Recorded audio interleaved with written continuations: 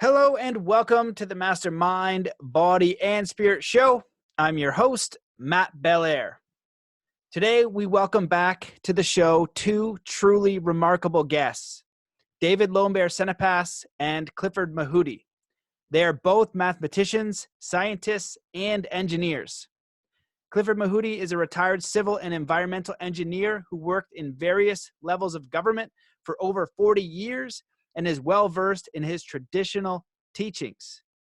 David Lonebear Sanipass was trained by over 600 elders from around the world. He was taught math, physics, engineering, chemistry, and much more. He was asked to share the star teachings with non-natives for the first time in history. Welcome back to the show, David Lonebear Sanipass and Clifford Mahooty. Good evening, Matthew. Good evening. Be glad to be back.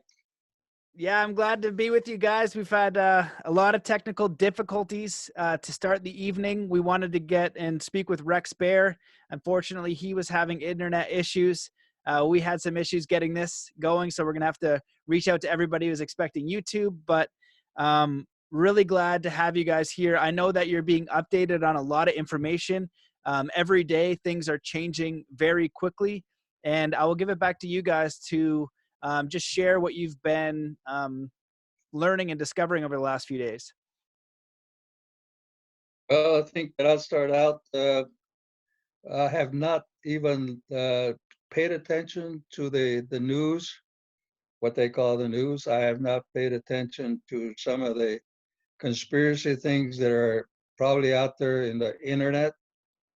I'm more concerned about what is really going on right now in the real world. The real world is where everybody is in dire straits right now.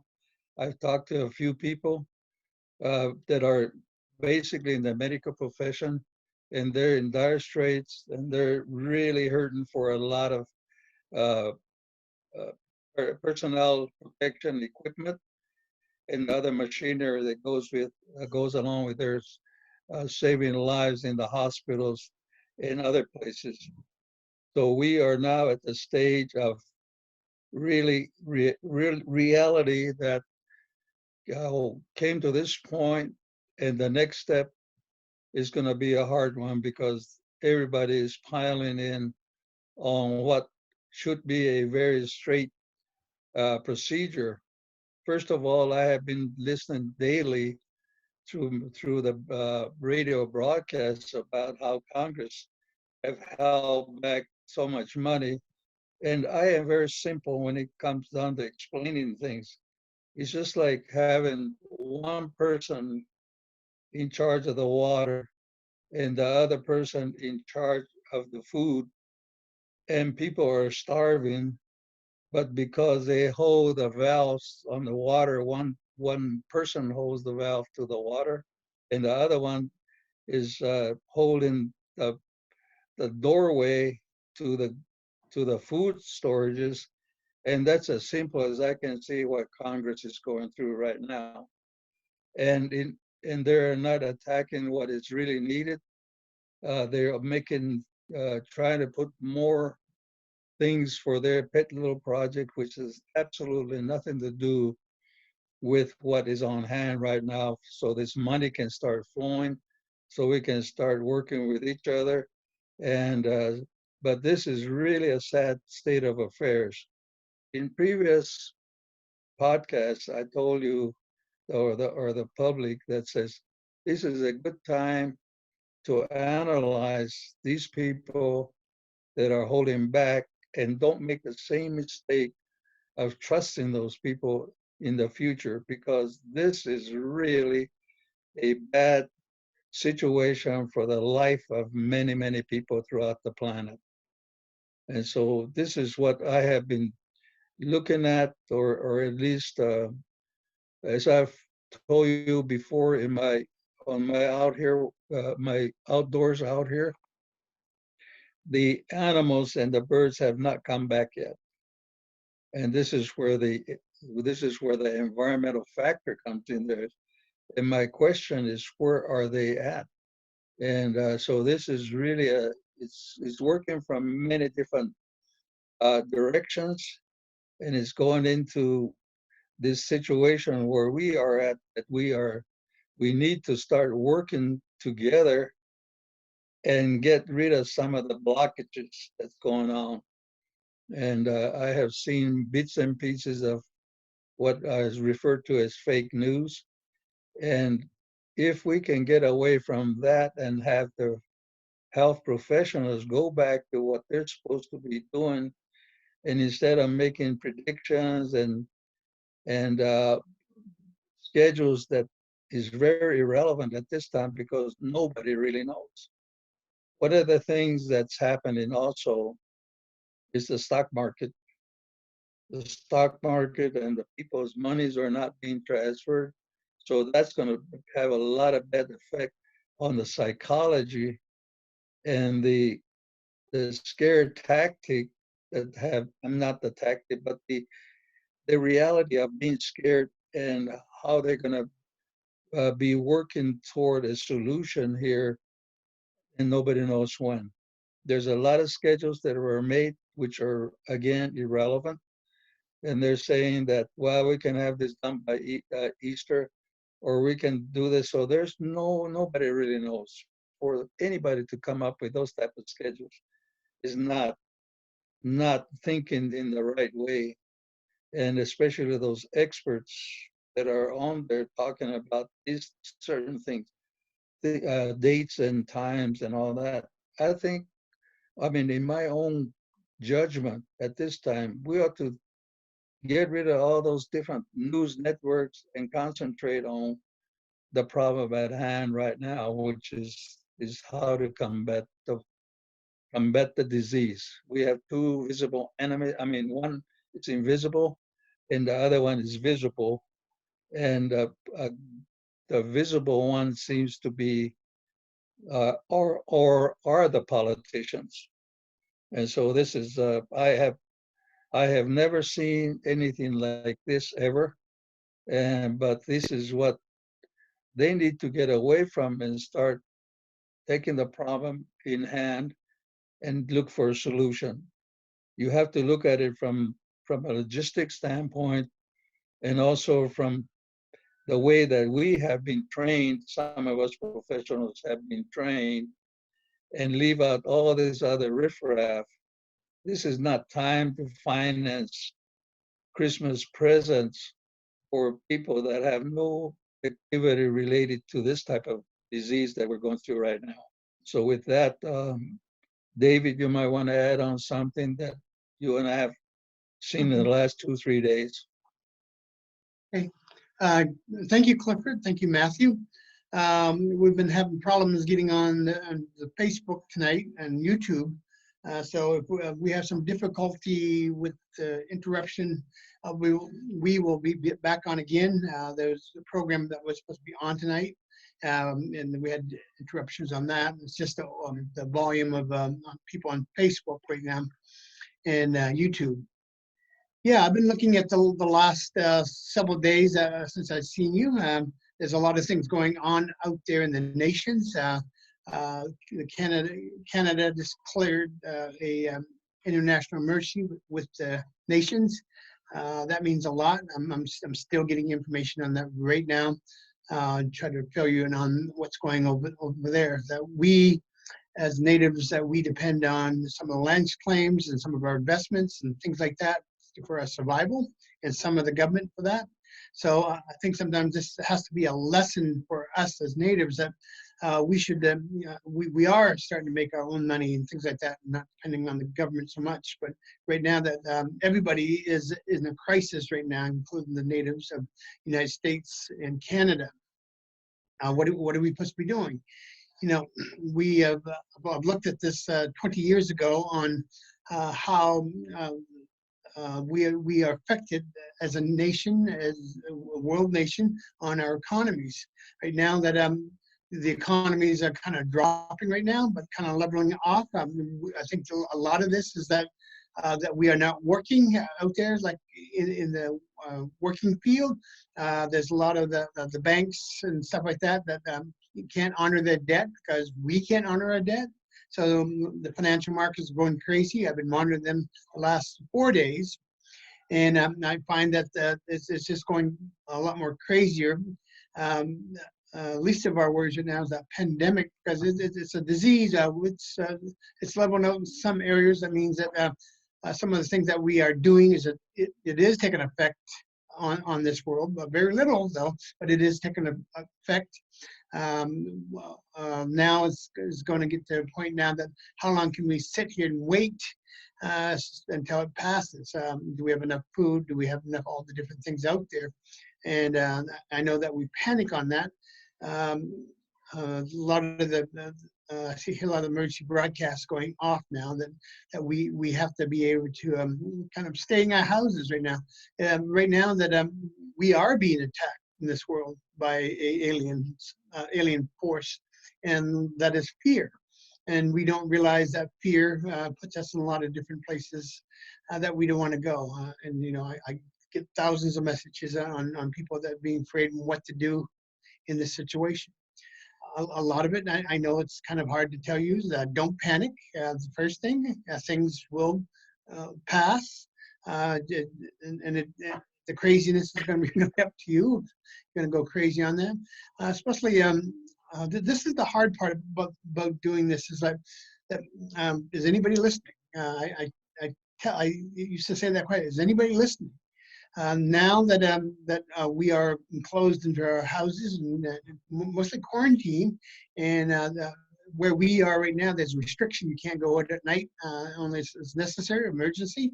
That we are kind of on a lockdown. So yes, this is kind of scary. It's scary for me and my family. And what if this holds on the next 6 months? You know, how's that going to change? But if you look on what the prophecy says, that there will be change. And I think this is the hard part, because I get a lot of messages on Donald Trump. You know, he's to blame. Possibly, but you think about what's going on out there economy-wise. And then out of economy-wise, well, if it was another president, we will blame him too, you know. So Donald Trump is not the worst president in the world. The first thing that he stepped in the office, he made change right off. And we don't like change, because change makes us do different things out there in this world.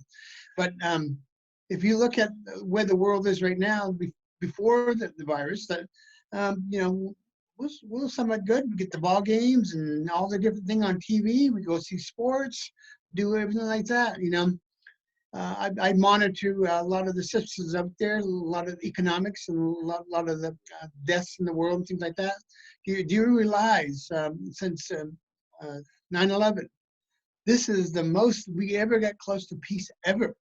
9/11 went 17% the world and peace.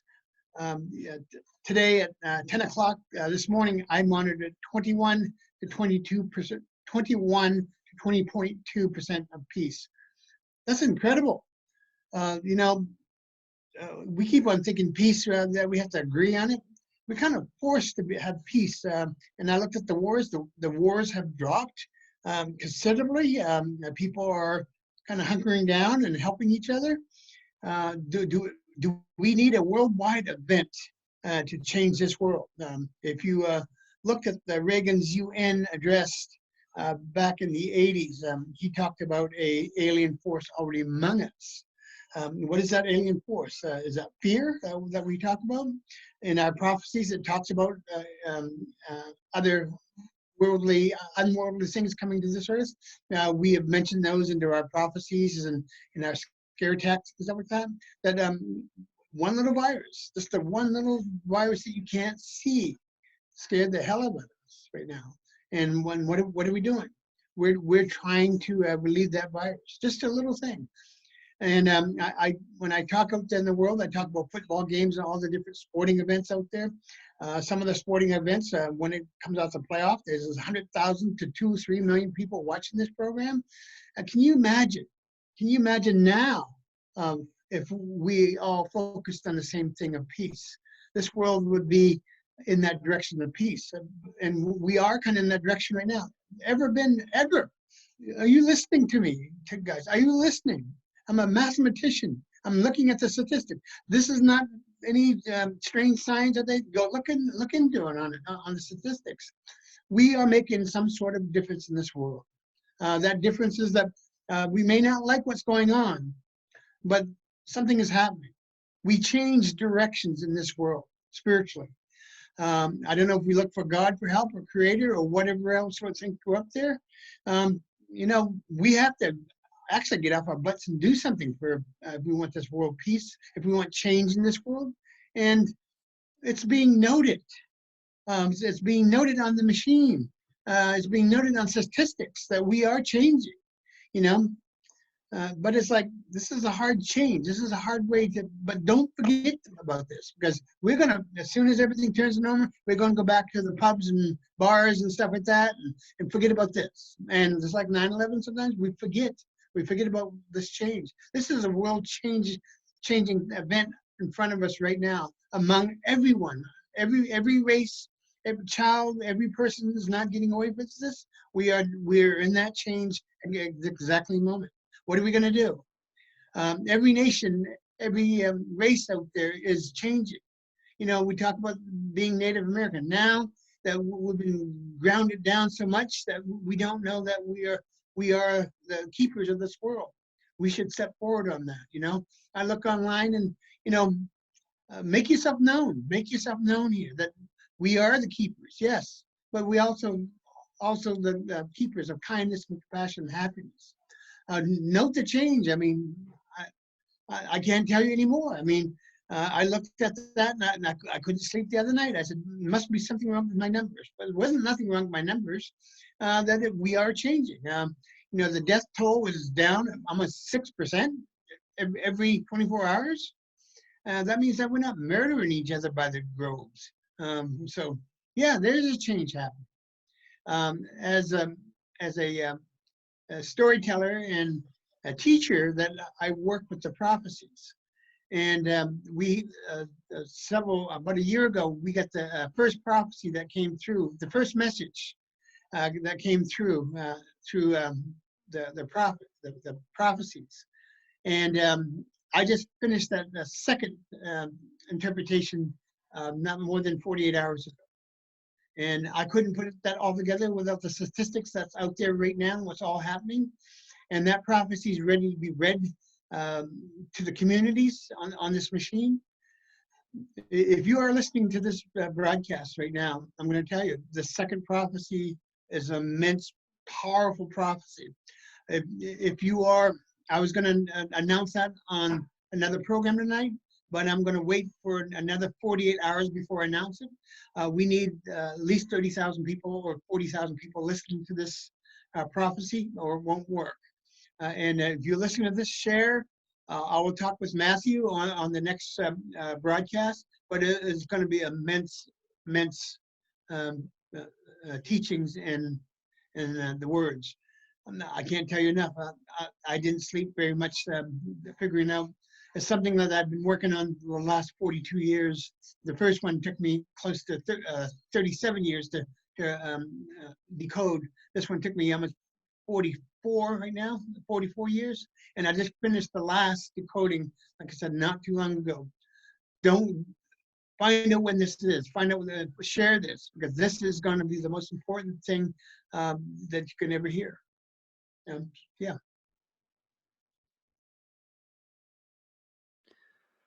Holy smokes. Well, that sounds super intense. The one thing that I can speak on is the change that is going on in the world. I've been doing panelists with other people that I respect, physicists, doctors, different engineers, environmental scientists, and people like that.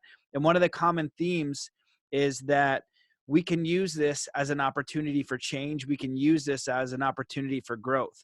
One of the things that everybody is really thinking about is their own mortality. They're worried for their health. They're worried for their health of the loved ones. A lot of people are concerned for their finances, but we're also, many of us, reflecting on our values and our livelihood and how we live in this world, and recognizing more deeply that we are a global community. And there have been problems on this planet for a long time. And as Clifford stated in the first episode that we did, since you guys decided to come together and share with everybody, He talked about just some of the spiritual values and the spiritual systems. And it talked about respect for earth, respect for other people, and just, respect for your elders, very basic things. And we aren't following any of those as a culture or society in most places around the world. And this really does give us an opportunity to make that change.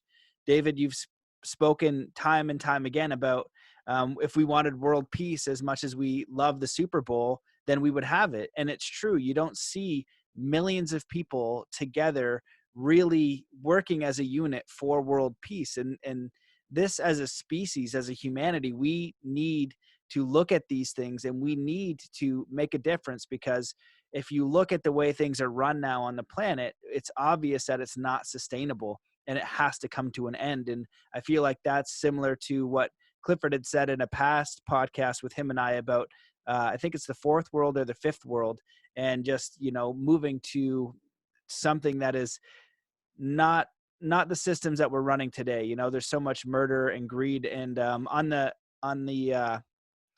the world peace thing, I did see an article that the UN chief called for a global ceasefire, and that should have been done a long time ago. But now we have this catalyst to call for that ceasefire. And so what if we stop that for just one day? That would show that world peace is actually possible.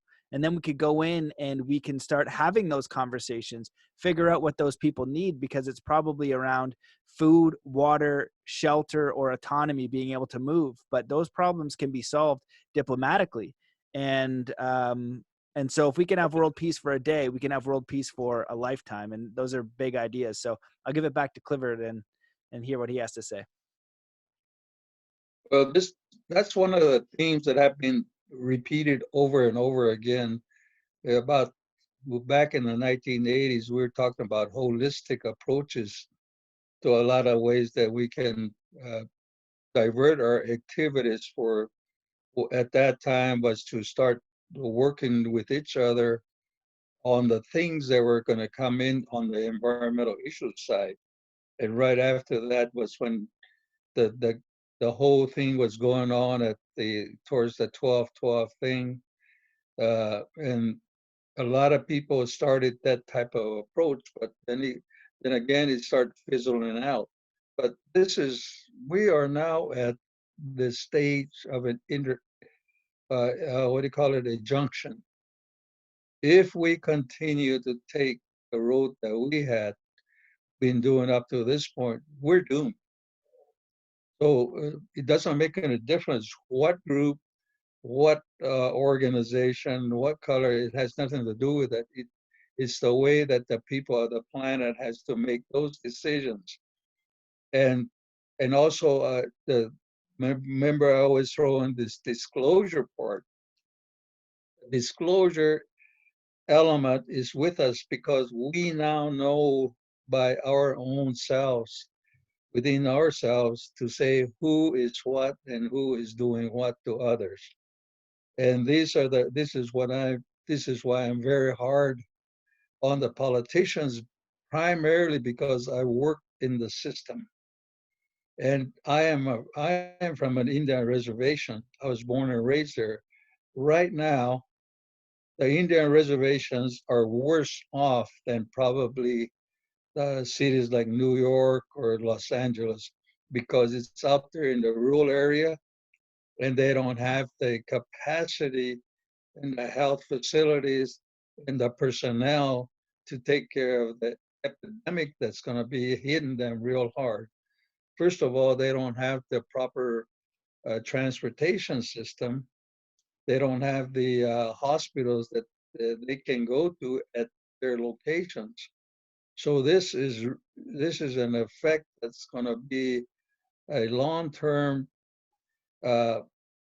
harm, and then they have to look at how we are going to live with each other in the future. The other thing is that if you take that path, and I quoted that the prophecy rock of the Hopi, it talks about taking the path of the way it's supposed to be by loving each other and have respect for Mother Earth and going back to the land and do the ways that we were taught to take care of this planet. All we have to do right now is to let go of all these things that that we were forced to believe, and go back inside of ourselves and start working with each other. I mean, I don't know how many times we have to say this, but in the past, we didn't have this type of situation. But now we are at that stage.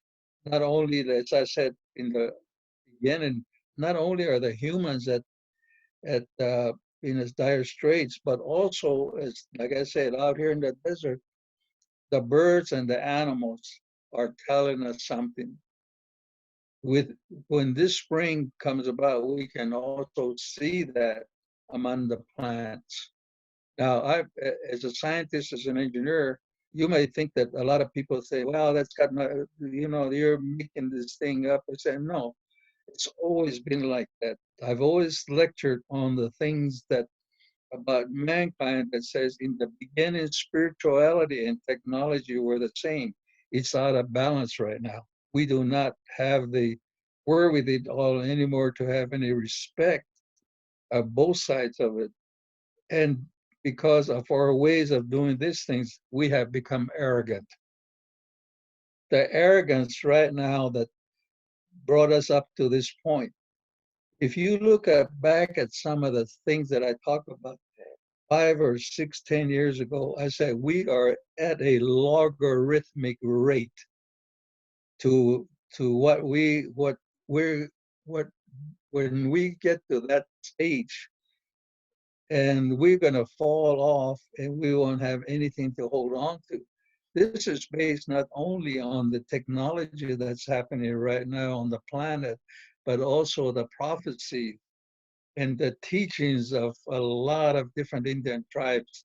And they sort of threw that away in order to perhaps maybe be part of the American system. In this case, is the education, the environment. Look how much damage we've done to the environment.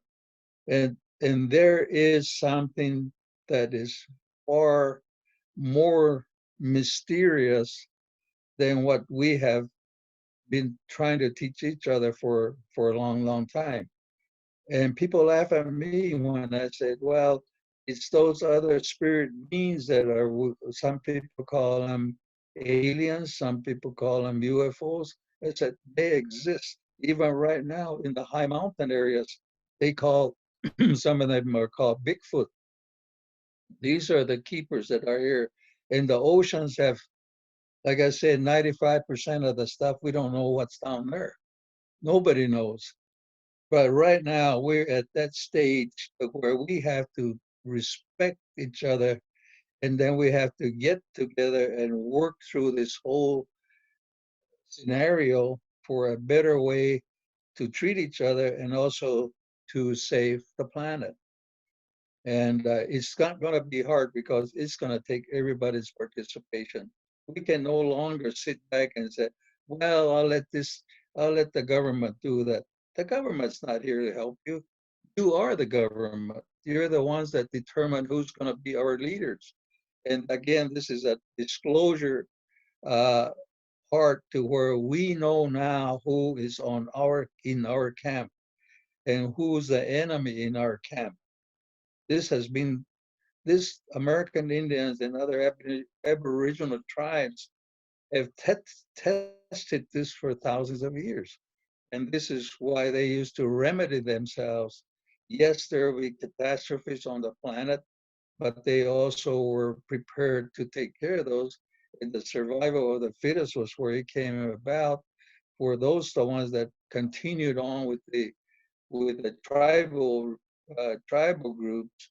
And right now, because of the overpopulation of the planet, it's going to take a long time. So these are just the basic things that a lot of people should concentrate on rather than how much money am I going to get on the stock market.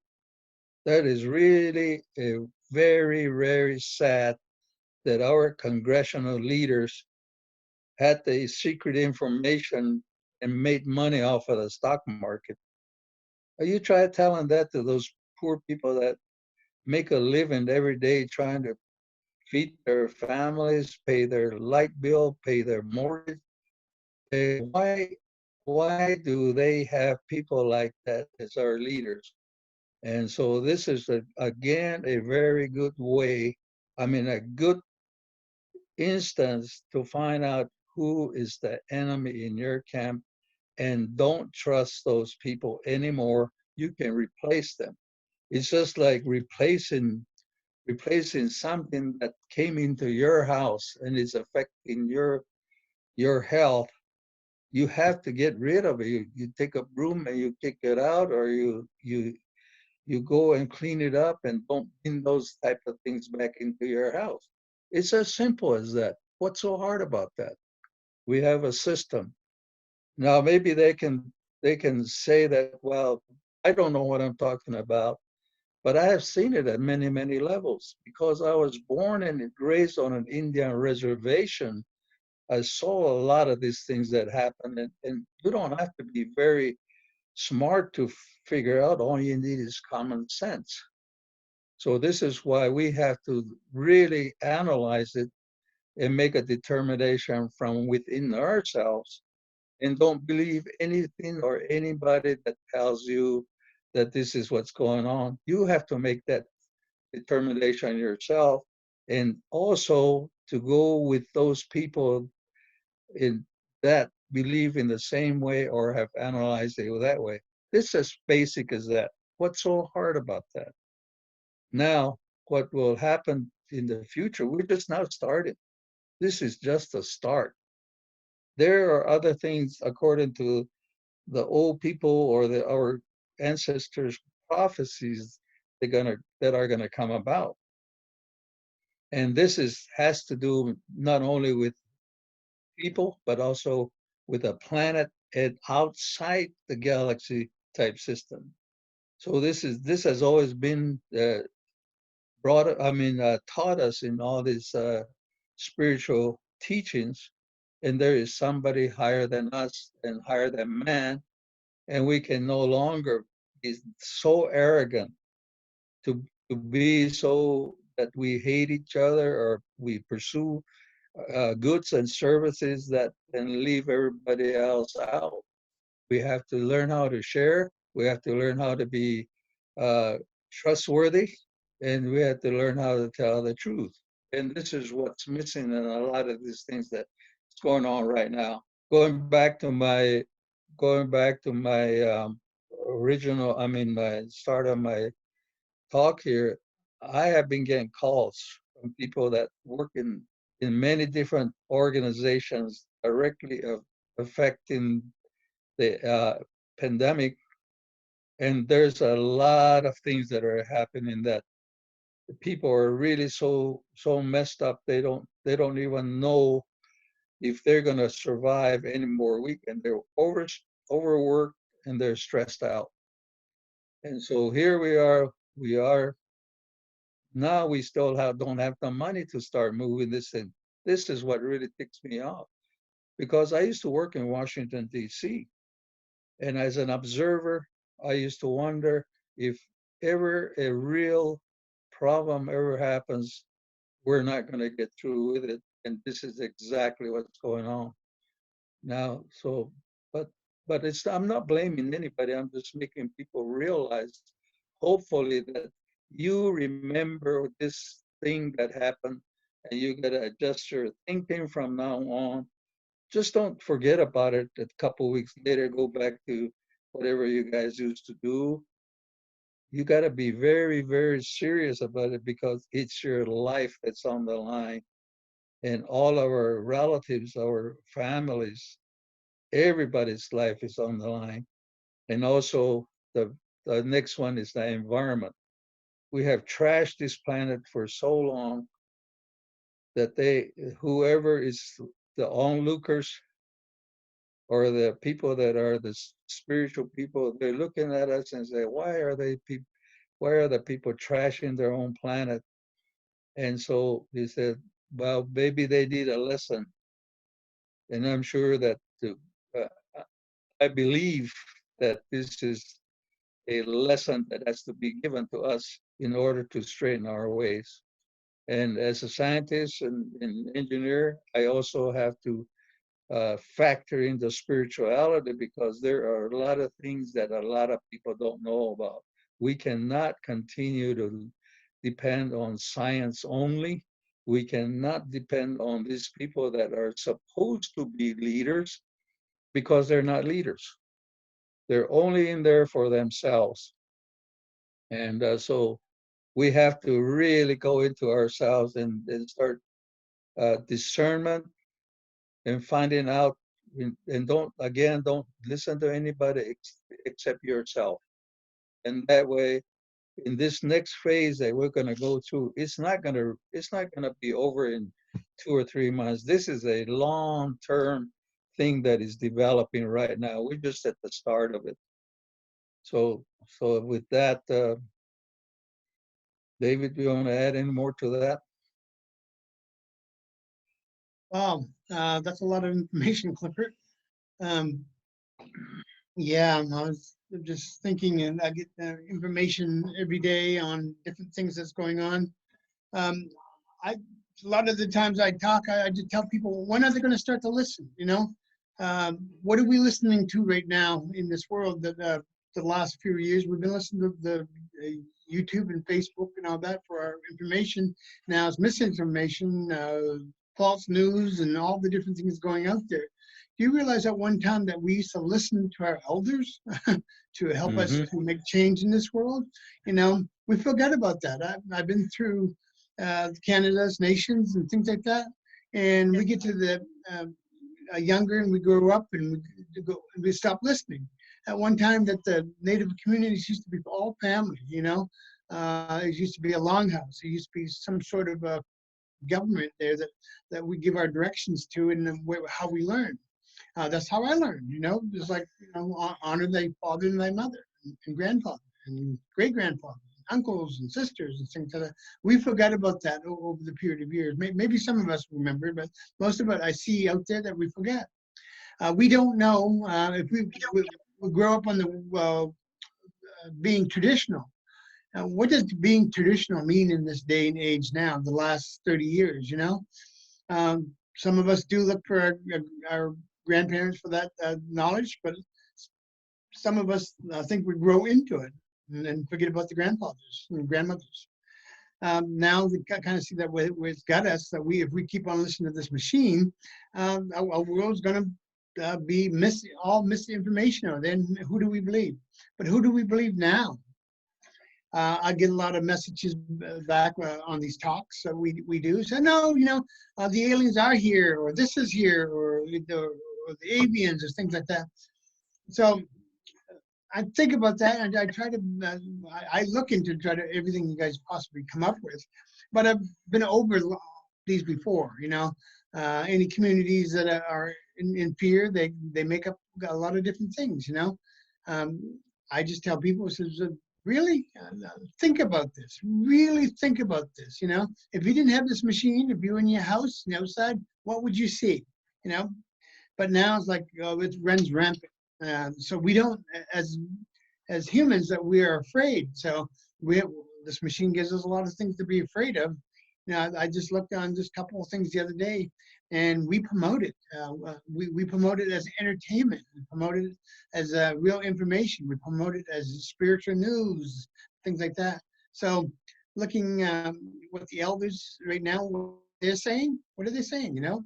Are they saying aliens? Well, we do have in some of our prophecies of other things coming from other worlds and coming here. So do I know of any? I don't know. We talk about that quite a lot in the star teachings, that we are from another stars. We came here from other stars to colonize this planet, you know, and to move on. This is Mother Earth, you know. How are we treating Mother Earth at this time? You know, we look at it, you know, it's pandemic. Last year was burning, you know. What's this year? You know, we're steeped in fear. We're hiding, you know, from a little virus. Well, but we're also hiding from our greater fears. Those greater fears right now is that we make them up. You know, if you see what the title is, we're living the dream, and you think about what that really means, if you can say, oh, I'm living the dream, you could be working and living that dream, but we are living the dream right now. We're living in our fears right now, and potentials of being harmed and dying, everything else. Boys, that had to come about to make us change. Wow, how come we just can't change? I talk about this quite a lot, and Clifford and I, we go there talking about the same thing. We need that change now, not tomorrow or next day. So we are changing. The greater change is the most scared, because it moves the whole earth. And this is what happened now, whole earth. What are we going to do in 223 days from now, in that 223 days, is this going to be the same, or is it going to be different? Or are we going to be celebrating? We'll go back to the bars and football stadiums and stuff like that. And, oh, that was a close one. That was a close one. More is coming, guys and girls. More is coming. Not all bad, but be prepared, because we have prayed for that change in this world. And that what does that change look like in communities is what's happening now.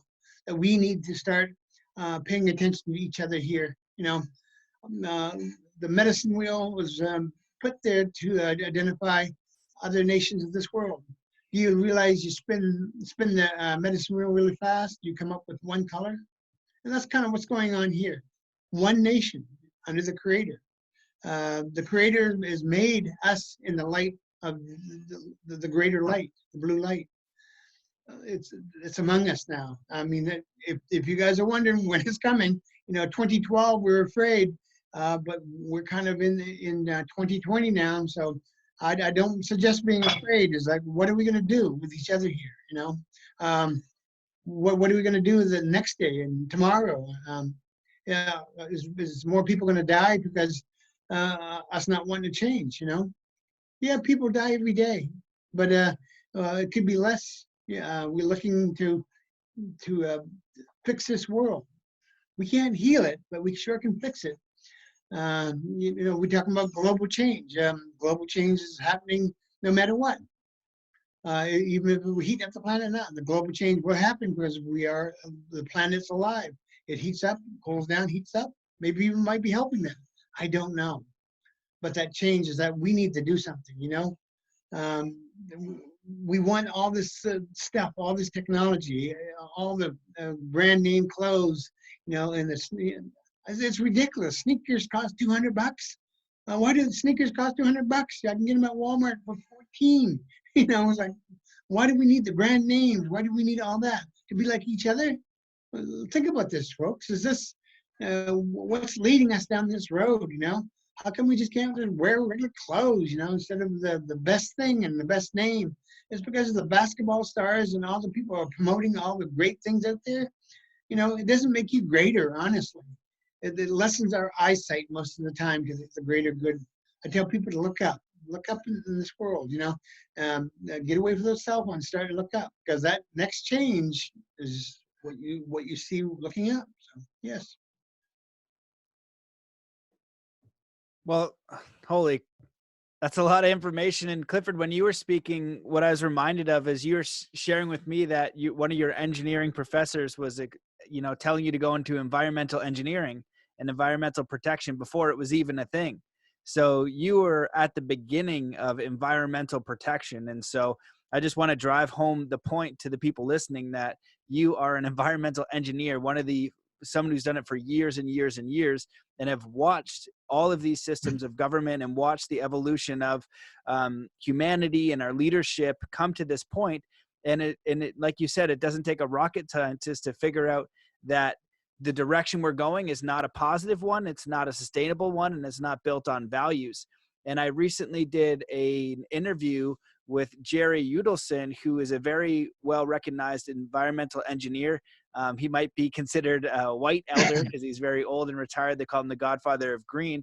But he is basically saying the exact same thing that you guys were saying, and Clifford was saying. He said, we've gone so far on the environment, treating our world so bad that it's already too far, that what we can do is we have to slow it down and bring it back.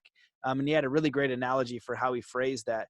He also talked about how he was asked by Harvard or one of the main universities to give plans for sustainable cities and sustainable buildings. And he said, I put a lot of effort to that with an amazing team, with an amazing plan, but they didn't do anything with it. You actually have to go ahead and do something. And right now we're in this transition, and we're given this huge opportunity. And he's basically saying everything that you guys are saying from another environmental engineer who's been in this field for a very long time, looking at the events and just understanding that the numbers don't make any sense, the ethics and values don't make any sense. And if you're listening to this, you can understand that, and just look at the way things are, they don't make any sense. But what you guys have also cautioned on that I want to make a point of is, if this were to stop tomorrow, everybody, I guarantee very few people would actually do something the next day.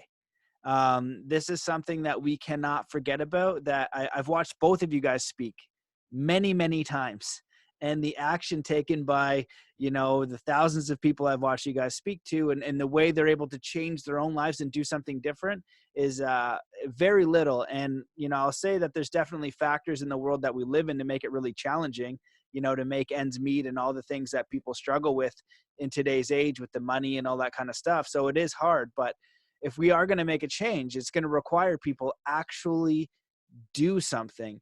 And I remember one of David's sayings at the teachings. He says, most of you are so heavenly minded, you're no earthly good.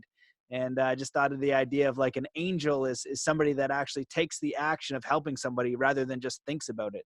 And if you look at the world that we're in, and when you look at what's going on, the amount of people willing to do anything, to actually make the difference, to actually show up, to put on the work gloves, to take an action is atrociously low. And that is what's required. And hopefully this is the wake-up call. And what's interesting too, you guys have both said before this broadcast, another broadcast, that this is just the beginning. So if you want to kind of come out of this thing and say, okay, now it's all done. No, we need to move forward in a whole new way. There's going to be other events coming, some good, some bad, maybe some challenging, but if we can do it together, if we can do it with a new set of values, if we can do it as a humanity, we can get through this and we can evolve. Otherwise, it might not be so easy. The casualties or the distress or whatever happens might be a lot worse off. So I'll just kind of leave it with that and ask Clifford to jump in. Well, one of the things that it really concerns me the most is the curriculum of all the universities. I mean, everybody is now in the computer mode. It's sort of like artificial intelligence. And where you brought up my background on this, I started out in the private sector. I worked for Shell Oil Company, and I had firsthand knowledge of what the factories or what the refineries make.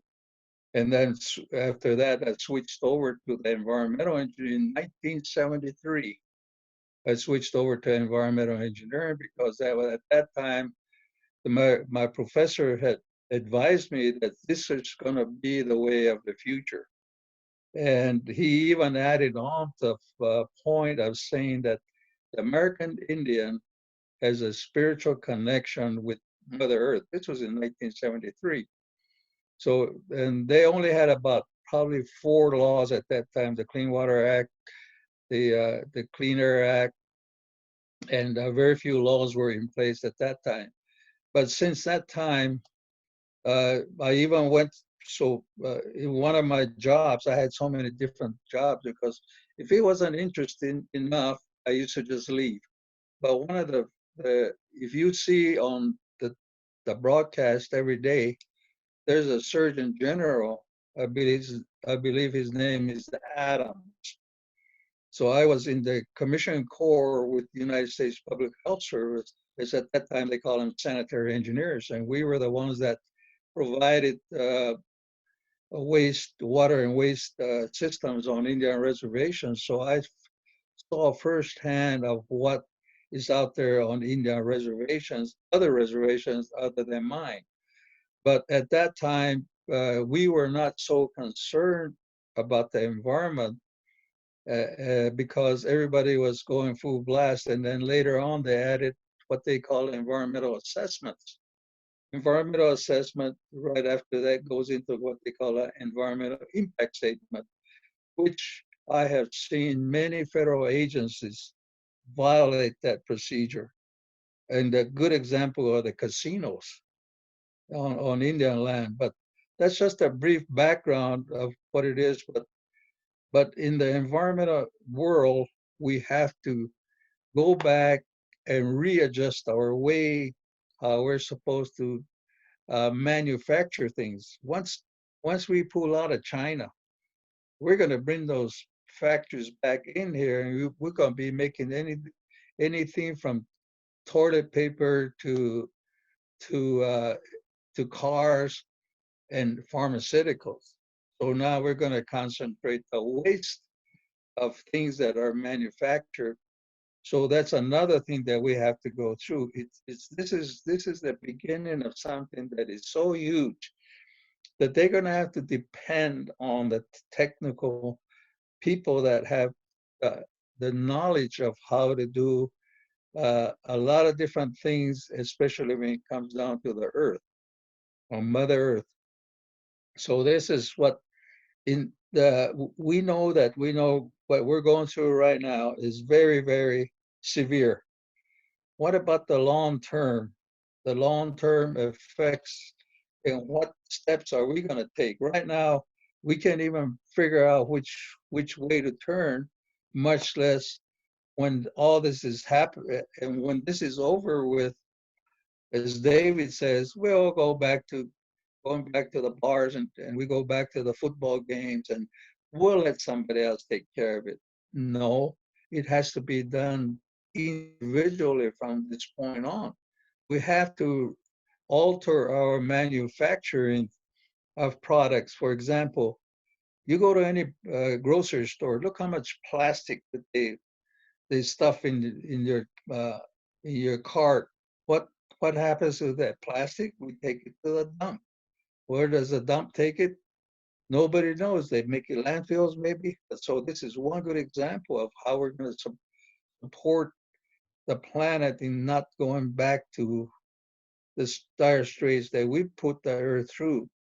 And the other stuff is we have to, the population is going to increase. In one of my statements on the prophecies of the Hopi, Zuni, and others, they said that the population will increase so much that pretty soon they'll start fighting each other. We're going through that right now. We do not have any respect for each other. You go to Walmart and this local grocery here, they don't even respect each other when some guy is hoarding a certain item and they don't even share. So we have to go back into this type of sharing again. And I did a lecture. No, I mean I did an address one time in my hometown, and I talked about communalism. And later, somebody thought that I was talking about communism. But communalism is how basically the Indians used to operate. There was nobody was out there to make money. Each one shared in everything that they did, whether it's growing their produce or if it's going out there and killing game. Everybody took care of each other. When somebody was sick, they used the herbs. They used the natural products of the earth. And I just got through talking this afternoon of one of my people up in Montana. He uses nothing but native medicines, and they're still out there. However, we cannot get them because I think on my first podcast, he said those places where we used to get our natural medicine are now chain linked around or put away, and they call it national parks. They call them national monuments. So we don't have any access to those natural medicine plants. So these are the things that we have to look at in the future to use the God-given medicines that are existing everywhere on the planet. And this is this is another thing that we have to look at from the environmental side.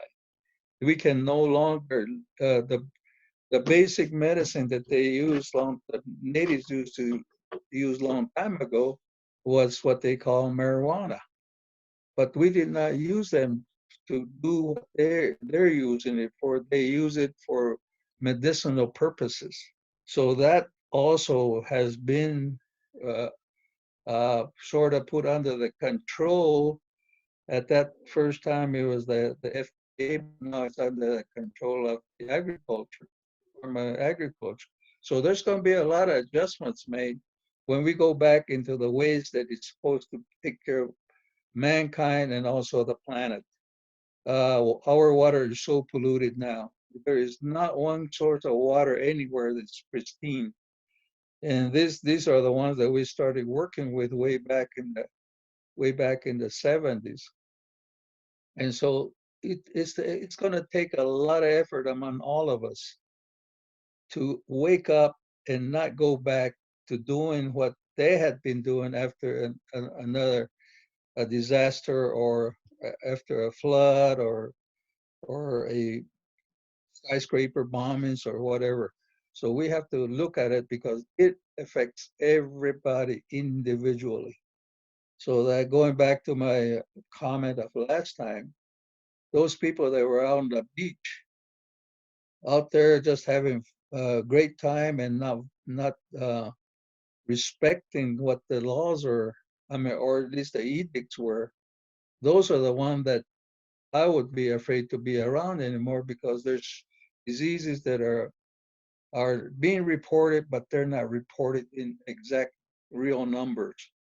I just got to, again, in Arizona, there's more than what the newspapers and the television has been saying. And these people that are reporting these things are afraid to talk because of what of harm they used to do to people when you go out there and start disclosing information that are factual. So we can no longer lie to each other, especially to the public at large, because every time that these people lie, somebody is dying, or at least 10 of them are dying, and so we cannot no longer do that. So we have to be honest from this point on.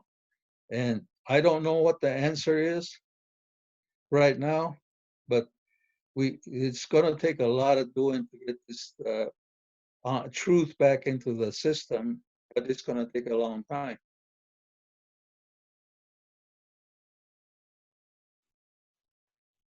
David, you want to add on to that? Yeah. We look at the news now and it seems so dire and everything else.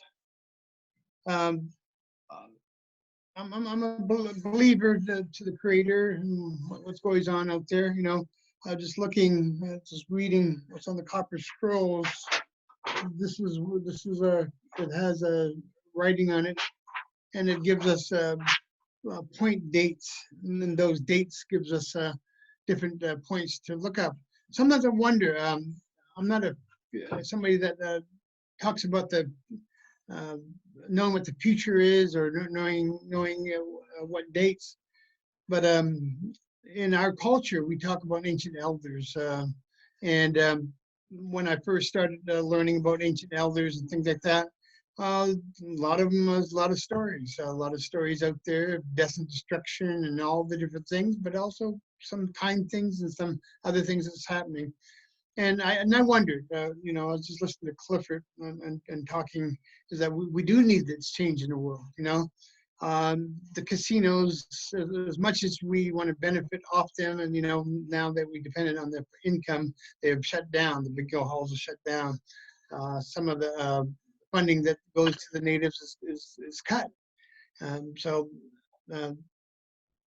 we depend on some of this income to eat and to live and to survive. Some of us have stored some money away, but like I said, Native communities are pretty enclosed. They're nations, sovereign nations. Each reserve is a sovereign nation, And when a ripple goes through that, we feel that. We feel that in spiritually, we feel that in income, we feel that in community. And I think the last 38 years, we haven't really been listening as Native. We practice the ceremony, stuff like that. But when I first started teaching in the reserves, going across the nation's teachings, I was, and it says in the scrolls itself, and I can even give you that, well, it's not a paragraph, it's more of a encyclopedia, just in one mark. That encyclopedia says that we are going to stop listening in the 80s, between 83 and 89. And then I look on what's going on in the nations and in the world. Yeah, we have stopped listening. We have stopped really believing in our culture, what has been passed down through generation. It stopped in the 80s. And we don't see it. I mean, there's no notable change that we can actually see. I noted this when I went back to the reserve that I teach at, that I announced that I was going to teach, and I didn't learn my teachings yesterday. I learned my teachings over the last 40 years, maybe more, through ceremonies and teachings and things like that. I don't hold a war bonnet or feathers to put on my head, leathers or drums or anything saying that I'm traditional. I hope people can see that I'm traditional just by my words and what we say.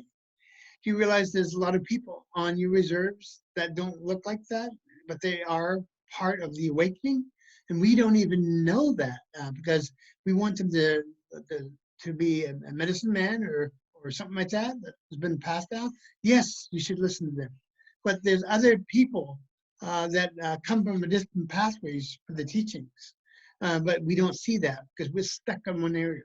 And I get a lot of comments about this from natives because, we want to respect our elders. We want to be traditional. We want to dance and stuff like that. But we have to do everything to do that. I see the dancers this summer. I was invited to some gatherings. I went to the gatherings. Beautiful, beautiful. But we have lost touch with Mother Earth. Beautiful dancers. We have lost touch with the communities. We lost touch with spirit. And this is kind of what's happening now. We are supposed to be the leaders of this world. We're supposed to be the protectors of Mother Earth. The time of ceremony is kind of over right now. Now it's time for community, to involve community. And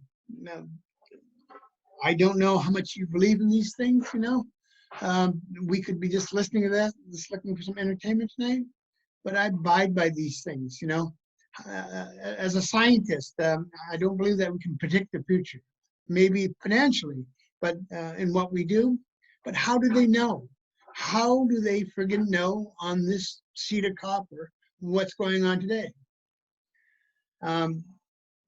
Probably about 8-10 years ago, when I came to the non-natives to teach, that there was a lot of controversy around me coming because I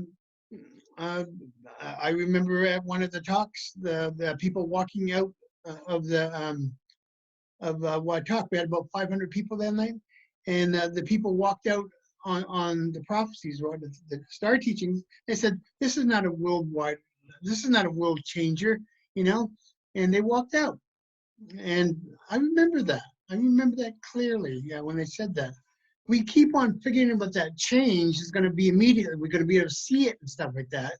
But that change that says in here, in order to figure what that change is, that day, a couple days before, it would be an earthquake. And it told me exactly where the earthquake is going to be, pinpoint accuracy right down to the last mile. And it told me what the weather is going to be like that day. The weather is going to keep people away from the teachings. And that day was the most blustery, windy day, wet day, and the power went out except for where we was. We look for these changes, but we're not looking carefully enough on this. These things are not written for me to make sure I'm right and things like that. These are for community, all nations, not just the Mi'kmaq nation, all nations. they said that the teachers will be start awakening, and they gave me the exact date when they're going to be awakening, and that was January 17th, 2020. And you look after that, and it gives you pinpoint marks where to look, and that's what I'm looking for. Is those marks? How do they know? Like I said, I'm not somebody that knows the future, but I thought about it. And when I was with Clifford this summer, that we had a chance to talk a little bit, and we went there. I don't know, about a month ago, maybe a month and a half ago, and I went to Nevada. I went a couple of places like that. But again, the spirits talked to me. They told me what the weather's going to be like and everything like that. But as scientists, you know where scientists came from. We come from wizards. We come from alchemists. We come from the people that knew magic. But we had a different mindset. We had as a scientist. Yes, I'm a magician, but we studied the elements. We studied what the earth is made of. We studied what air was made out of. So yes, we come from wizardry, and that sometimes that I know people that are good teachers are good wizards, but they are scientists too. They're spiritual scientists. And I'm looking at the copper scrolls as a scientist. I get a lot of people say, "Oh, you try to debunk different things out there." No, I'm not trying to debunk. I want to believe just as much as you do, but I just need this little more proof to have that understanding. If there is lights in the sky and these lights are going around there, there's somewhat an explanation, and people don't want me to have an explanation. I fly drones. I know satellites, and I know a couple of things that's going on, but all lights in the sky is not UFOs. Maybe some of them are. I've seen some things in the sky that I can identify, but we're on this road right now. What do we believe in spirituality? What do we believe now? We can believe all the conspiracies that's out there, and now we realize there's enough people that believe in these things that will come true. It's only because of how we respond to different things. Usually that part of my Magician's Act, that I do mind reading things. I can write down 7 numbers on a piece of paper, and not me looking at it, I can tell you what those numbers are. And people say that's clairvoyance. No, that's trickery. I know how to do that. And any numbers, and you look on any Las Vegas Act, they have even greater things, and I see a lot of them on there. But we are people right now that are looking for that. We've been looking for it a long time. Why can't it tell you some of that destructions on this thing? Not enough belief. It doesn't go our way. And I thought about that. It's like, wow, that's incredible. How is this thing? And this thing is still telling me, as long as I do the numbers, I've done the numbers the other night, and finished the second message. Very incredible. And I'm still blown away from it just by because remember, I've been translating this. It hasn't been like a month. It's been years and years, because the information that comes through is through our actions in community, through our actions in this world, what we're doing. That's how I'm translating these things. And some of the signals that's coming from space. NASA is just figuring out those signals are coming from space the last few years. I've been picking up these signals the last 43 years. So what do they say? They're not what you think they say, but it takes a lot of the translations and putting them together to have an understanding and try to put them into a common sense that how we understand. What else do we need? Honestly, I get frustrated with this, is that they tell us how to get through this. They tell us what to do next, not to have a catastrophe. It tells us to look up, beware of the stars, things like that. It's like, what does that all mean? A lot of it is mumble jumble to me, but a lot of it I've already translated on that. Some of it's bad, some of it's good. It depends. I tell people when I talk, what you do, a God or a creator or some powerful being came down here and talked to us. How would you reach out? Which one of you would they talk to? Would they talk to the President of the United States? Would they talk to the Dalai Lama? Would they talk to a yogi? And would you believe them if they said that? And would they, with all the things that's happening now, that I've been saying that last 10 years, but nobody's been listening to that. But we were smart enough. A lot of the teachers in the Star Teachings has documented this down, writing and dates. There's a lot of that's in documentation. Well over, right now, over 71 of these pinpoints in time that were very accurate. So some of them is kind of, you have to really look into it, but it's there. I think about this quite a lot, about that being that comes down. What would he look like? Would it be a woman, man? Would it be a green alien, blue alien? And would we listen? But I don't think we would, honestly, because there's a lot of things out there we listen to. Some of it true, some of it not true. What is the main teachings here on this earth? We talk about love. We haven't proven that yet. We talk about kindness. We see that right now. We see kindness in this world. We see compassion in this world. We see happiness in this world. We have to know how to communicate with each other before we communicate with the ones above us. Because would you want to be in communication with this community? What would you do differently? How would you change this world? I tell people, he says, I said this a couple of years, it says, if all people that play sports paid billions of dollars for sport events just to put one word into the coliseums and things like that, the word of peace. Can you imagine? Now imagine, no more sport playing for a while, no more bingos, no more bars. We have a chance here to be able to look in that direction, for peace, and really have it.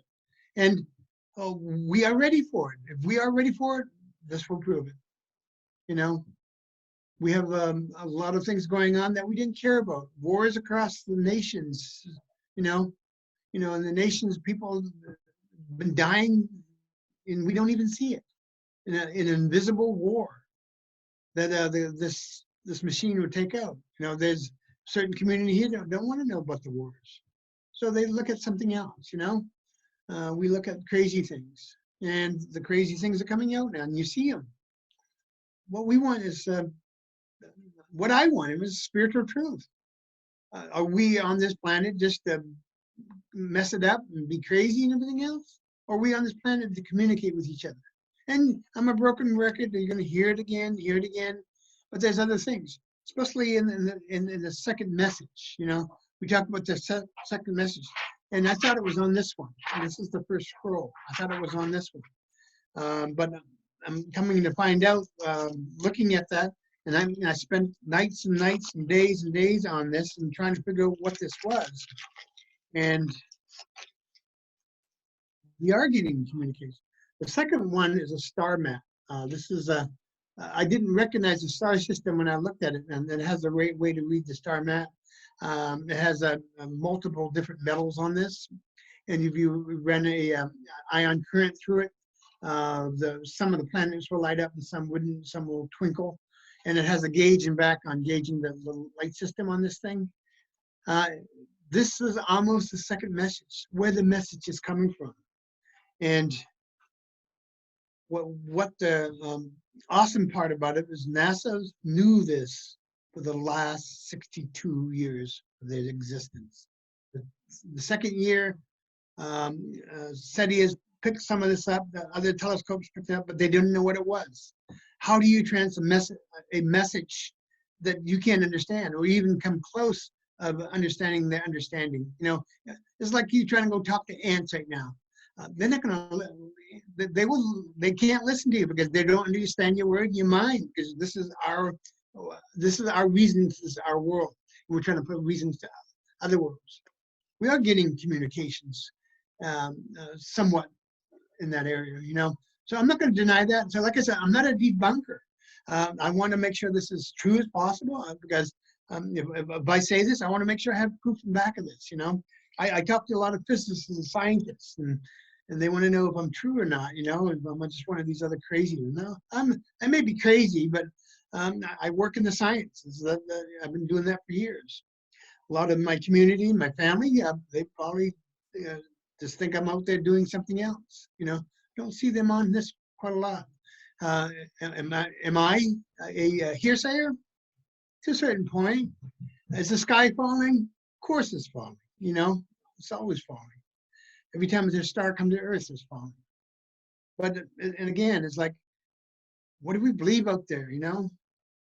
When I agreed to speak with Clifford in some of these talks, I did look up his record. I did see what he's doing out there. He's the most closest person possible to what I'm saying, or to what we're saying here. That the environmental stuff that we talk about, we have created that. Are we expecting the help with the off-worlders? They're not going to help us. Because in part of helping, we have to put this world back together. We have to show that we are spiritual responsibility for our world. We are spiritual responsibility for the communities. We are spiritually responsible for our wars and things like that. But as a nation of this world, we don't talk to each other. It's all the economics. If you are spiritual and you are listening to this, get in contact with the other communities. Don't think you're the big and baddie, because you're not. I'm not the big and baddie. I'm not the leader of this. Anybody on this planet is not the leader of this. Even if they come forward to, oh, I'm leader, I'm getting communication from the aliens. You're not. I'm sorry, you're not. The world will be already in peace. That we need to listen to each other. Here we are. Here's the warning. From the stars, here's the warning. Here we are. What more do you want? Do we need billions to die to heed this warning? We have a chance here to lessen the deaths here on this warning. I don't care who you are out there and what you think you are, the Dalai Lama or the Pope or anything like that. It's time to communicate. I'm not kidding about this. It's like nobody's listening to this. It's like I've been putting this message up the last 10 years. They'd rather walk into my talks and go do something else. Go play with a crystal or do something. Here we are, folks. Here we are.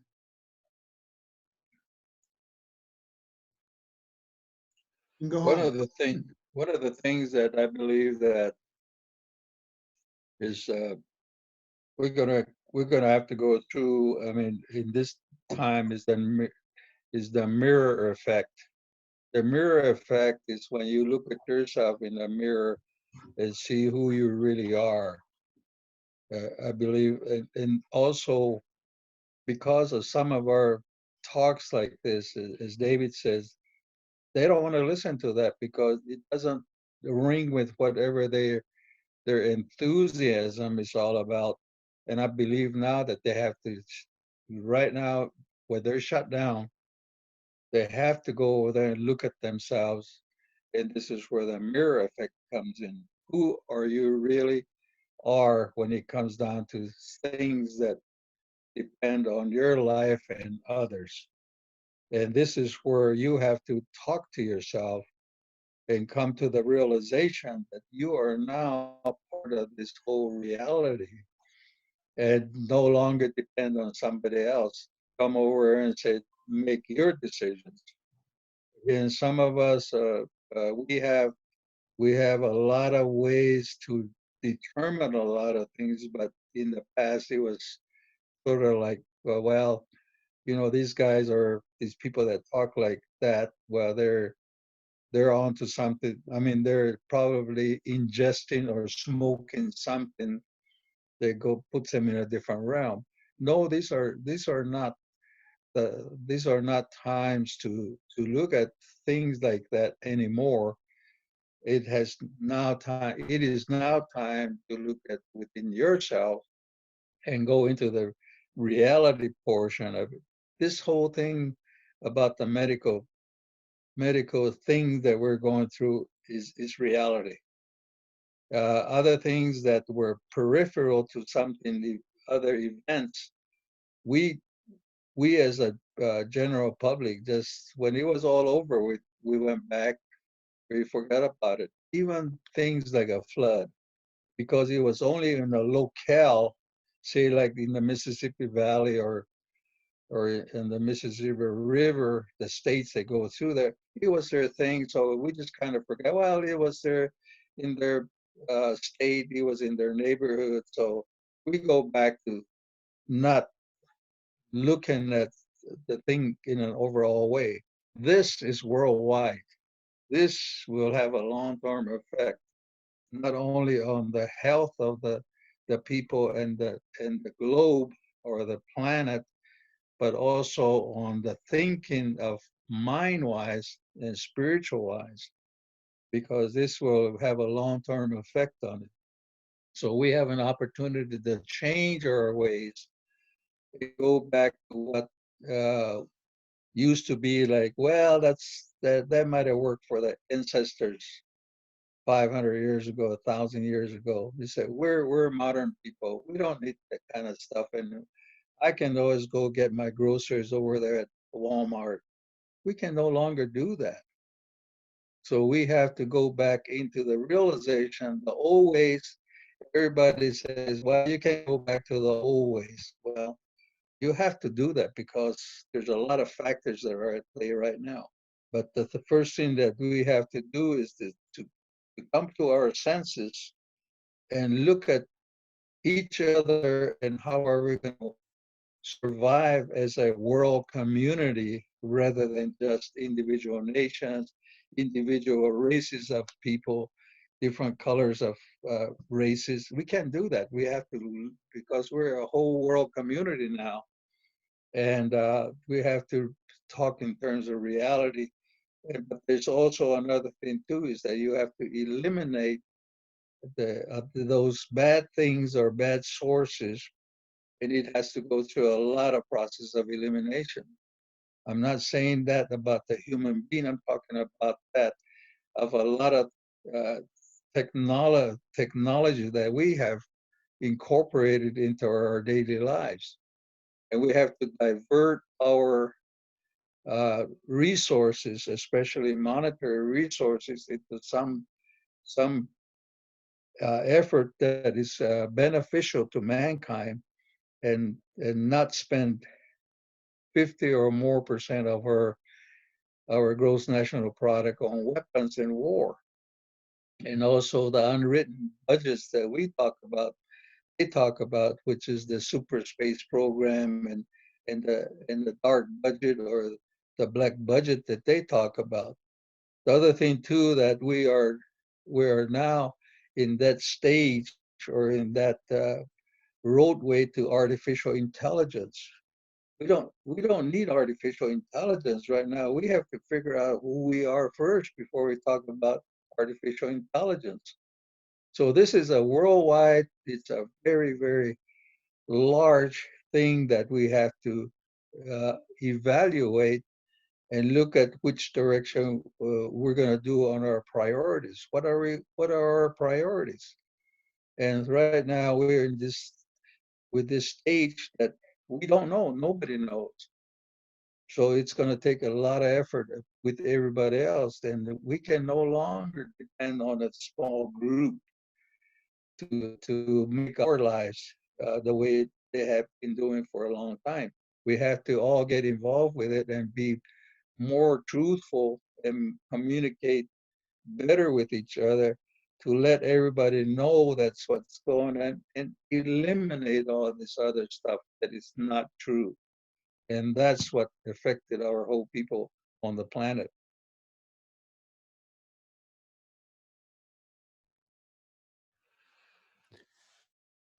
Wow. Well, guys, it's always a treat to listen to you speak. I don't even know what to say. I agree with everything that you guys are talking about, especially with the principles and the values. I think that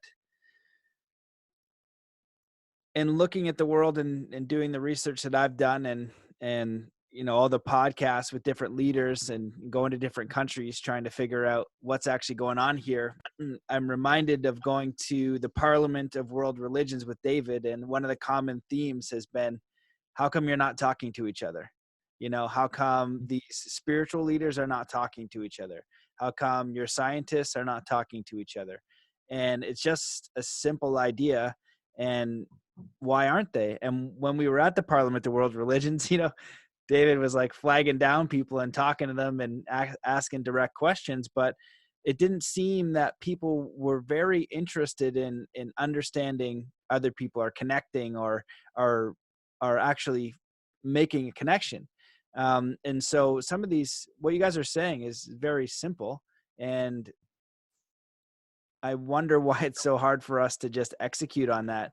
But I think, like Clifford's saying, is we've come to a time now where we can't run the same system, run the same thinking, run the same ideas and way of life that we were doing before. And I also like the idea of that we are all responsible, you know, taking the power out of the hands of the government. You know, I had a friend today yelling at the government. I love him. He's an awesome friend. And I was like, what made you believe in the first place that the government was going to help you? There's nothing in my life I'm only 35. There's nothing in my life. I'm almost 36 actually tomorrow. There's nothing in my life once that made me think the government is going to help me. I never thought that one time. And I never saw the systems that we have in place that were helpful. It more seemed to benefit money and big corporations. And so, you know, I could ask you guys questions, but I'm curious if you guys have any other things that you want to talk about. I'm David? open. Yeah, as a scientist, well, you know, I work with seeing with prophecy, but you know, I monitor. I have sensors out there that I work with, and when people do send me messages on objects in the sky, and I try to investigate it as much as possible. So there's not very many people out there doing that. One person said, "How can you identify a UFO if it's real or if it's CGI?" Do your fact checking. Just get online. If you can't find it any place else, might be they're pushing it. You know, you want to probably find about 6 sources of different organizations listening. Some news programs, some not. Air Force, things like that. So 8 hours ago, a little more than 8 hours and 32 minutes ago, that I monitored the sun. The sun had some activity going on there. There was a pretty big sun flare that came off of that. That'll be hitting this Earth probably about in 8 hours, maybe a little bit 9 hours. It's kind of has to come around. That's part of a change in this world. Is that it's not bad that the Earth is changing, the sun is changing, the universe is changing. So that affects our Earth in different ways. I'm not sure how it's going to affect us because I've been monitoring this for the last 4 or 5 hours, and our Earth activity as humans. This is a good thing. This is good. As humans, I can relate some of the magnetic flow with humans. I think the whole Earth is 2.3%. I monitored activity in that field of the humans. That means that's something happening. You know, we might get getting a download or something of all humans. So we could not do that with what activities that we were doing. We could not do that because we were so focused on other things. Right now, this is the closest time ever that we're looking in one direction. Closest time ever. So whatever that's coming towards us, I'm not sure how we're going to handle it or what's going to go on. I'm sure you're going to see it in Aurora Borealis. There's going to be some beautiful nights. Last time I remember this ever happening in that sense is 1977. 1977, we had the most spectacular Aurora Borealis out there that you could see into the heavens. The last one is 2012. 2012 had a big sun flare the night before that, and that hit 8 hours during the speak. So it changed the weather and changed the magnetic flow. So that has a lot to do with our current events and what we're doing in this world. You know, I tell people to be real. Real is an acronym, and find out what that is. You know, we have to kind of get our minds back a little bit spiritually. I tell people, here's your chance. If you are not going to work and you've been working the last 25 to 30 years, here's a chance for you. get outside. Tonight, look, if you can see the stars, look up at the stars. Um, be grounded again. Take your shoes off. Enjoy your wife, enjoy your mate, enjoy your family. It's also a gift, you know. This is also a gift, all wrapped up. Sometimes they wrap our gifts in a lot of wrappers and ribbons and tape and things like that. So we have to really tear at this gift to get the gift out of there. But it's an incredible gift. A lot of us is feeling different things out there that we have never felt before. And sometimes that scares us, but spiritually, the Earth's magnetic flow around it has changed drastically over the period of at least a month and a half. I don't know, I don't have a measurement on this, if it's good or bad, because I don't have anything to measure from. I have statistics that I can measure from, but on the overall thing, I don't know. I don't know. They may get hit with this magnetic wave and be all dancing naked in the street. That's not so bad either, too. Then we know who we are. You know, we won't be hiding anything there. Then there's, oh, that's, like somebody says, how are you? You can see how they are. So this is, I don't know, this might happen. It might happen in some countries, you know. Yeah, I like as a scientist, I try to be as good a scientist as possible. And a lot of it is just a lot of work, you know. Today, I had a chance to go outside with my wife and my dog. I'm working on drones. I'm working on to make them better. What I'm hopefully accomplished by the middle of summer is I can send a drone here to Presque Isle and back, and all in one battery without changing the battery source. Right now, there's a limit. There's a law and limit how far you can put those out. They have to be in eyesight. That's what the law says. They have to be in eyesight. But it will help us in a lot of different things, especially if I'm looking for a magnetic signal. What I'm hoping for is to go out into a place that there's no houses and put up 300 drones at one time and make it into an antenna that's 50 miles across. So I don't have to go so high. Because right now that because of my income, that I need helium, and each one of those canisters costs $400, and there's a helium shortage. I called today, and of course, if I really need it, they'll sell it me to $600 or something like that. But I'm going to have to make something different than helium. I'm working right now on a vacuum balloon. You know what that is? If you have a vacuum inside of a balloon, it'll be lighter than the outside because there's no air, no float, better than a balloon. But it's possible. I can do it on paper.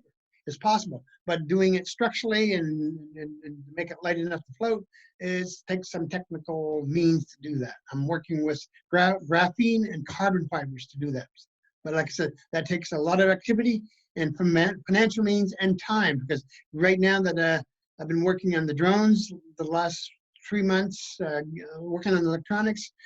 Several weeks ago, I crashed my expensive drone into the high wires, and the second one crashed into the trees. So today was very successful, somewhat.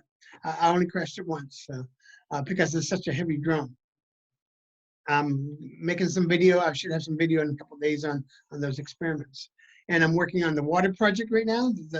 This is funny. One of the funny things is, like, I'm working on the water project, and I'm having problems putting it together. Technically, I know how to do that, but in some of the things that I work with, it has to be a very tight tolerance that I don't have an engine lathe. So I've been working on a drill and calipers to try to get this set. And I already ruined 2 discs, very expensive discs to try. It has to be very high caliber. It has to have an engine lathe to do it. I don't have one of those, but I keep working on. Like I said, I'm low budget here, but I get things done. And the funny thing is on the water project is that I've been working on that the last several months just to get a couple of the wheels done. My wife told me yesterday the water was dirty. So I went and looked at the sink, and I turned the sink on, the brown water coming out of our faucet. So we had rains and wet snow here last couple of days, and we have some of the drain offs from the surrounding areas into our well. So that's where the brown water comes from. So that's funny. He's like, oh, I should use a clean system for my water because I need clean water. So we actually went out and bought some water today to drink. Yeah, that's what's kind of going on here. That I'm keep monitoring all the statistics out there of this world and all the vital points. But are we listening? Are we really listening here? You know, the second message, you're going to have to listen to this. The whole world's going to listen to it. How do I do that? If anybody you guys are serious about that, how am I going to get the whole world to listen to this message? I don't know. I think we put 25,000 out the other day. Oh no, we put 30,000 people views out there. If them 30,000 people listen, all you have to do is share 9 times, and we got it. That's all you have to do, and we have it. But it, like again, with my low technology and my low of this machine, this machine should be able to help us. How are we going to get that message out? So, and I'm open to ideas. You know, we have some smart people out there. I can only get as far as I am now. So, SOS. Well, I think David, you know, we have been talking about this for a long time. Well, not very long, but since I met you, and some of the things that we were working from different angles, and we finally met about with the help of Matt. I didn't even know how I met you, and Matt had to inform me of how I met you first. So, but it has been it's been a very good journey, because there's a lot of people out there, especially the Native Indian community, are very, very hard and scared to talk because of they have a lot of information passed on through centuries, but the fact remains is that they would be ostracized like a lot of us have. I also went back into some of the biographies of my early teachers way back in the 60s and 70s. Of course, they're on well, they went to Happy Hunting Grounds, but a lot of those went through the same thing at their time by stating a lot of things that became true, but they were driven out of their communities. Some of them literally, and a lot of them were ostracized. And but that's not going to prevent myself from talking about what will be happening in the future in terms of what has occurred in the past.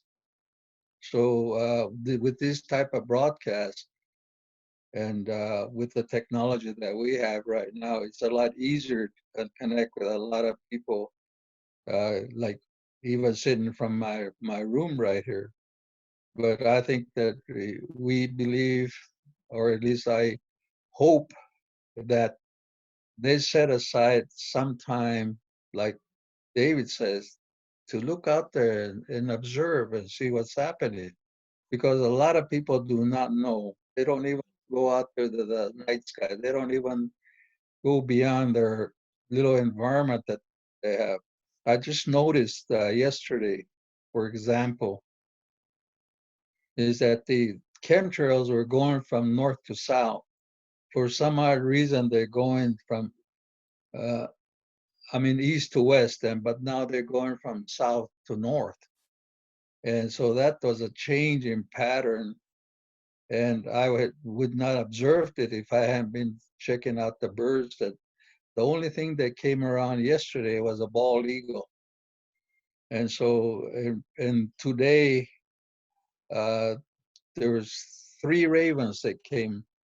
And usually they're packed with ravens here in my yard and all kinds of birds. But there is something going on in the air, or at least the atmosphere looks like it's like a dead zone type feeling, because there's absolutely nothing going on. Even the wind, even when the wind blows, it doesn't blow very long, and it's sort of quiet. So there's something that's going on, which I've been observing, that if the wildlife had left, especially in places where they're going to have a tsunami or an earthquake, they leave before that time. But so far, except for a few earthquakes in Utah, I believe it was, and so there's something that the animals are telling us, but I'm not quite sure yet exactly what it is. So these are the natural things that occur prior to something that is going to change.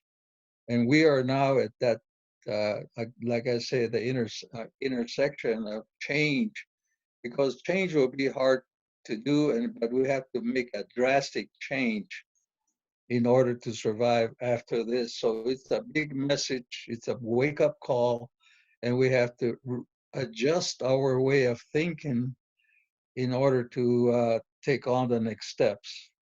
And the nature is that sort of like on a pause button, like the rest of the earthlings are doing. They're on a pause right now, and they're sort of like on a lockdown type thing in their homes. So it'll be a good opportunity for them to start thinking about how it's going to be with them in the future.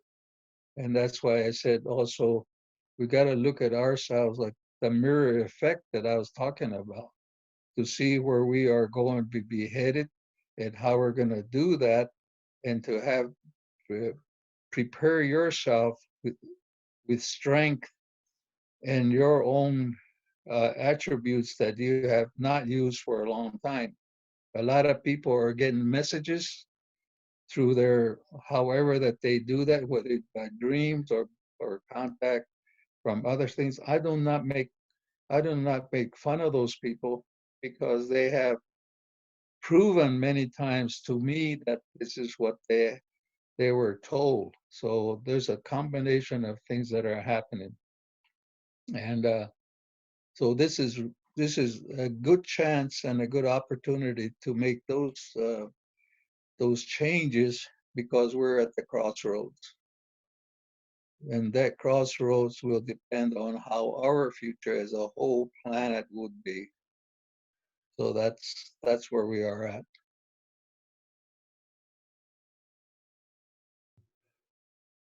Well, guys, that's a lot to process, and I definitely agree. It does seem like humanity is at a crossroads, and it does seem like it is a gigantic opportunity. And when I'm speaking to you guys and when I'm speaking on these other panels and to other people, they're kind of saying the same thing. It's like this is an opportunity for humanity to respond, to look at yourself individually and your own values, your own ethics, your own way of life, and how you're going to come out of this a new person, but also thinking of a broader perspective. And you said this in, I think it was the second podcast, but it was like, how can I be of service to my community?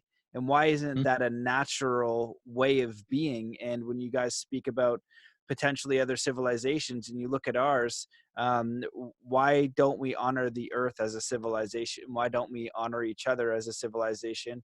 Why don't we honor our elders, people who've lived on the planet for a long time and know a lot more than we do, and get that wisdom passed down so we can keep this earth, thriving for generations, and not kind of pillage it as we've been doing.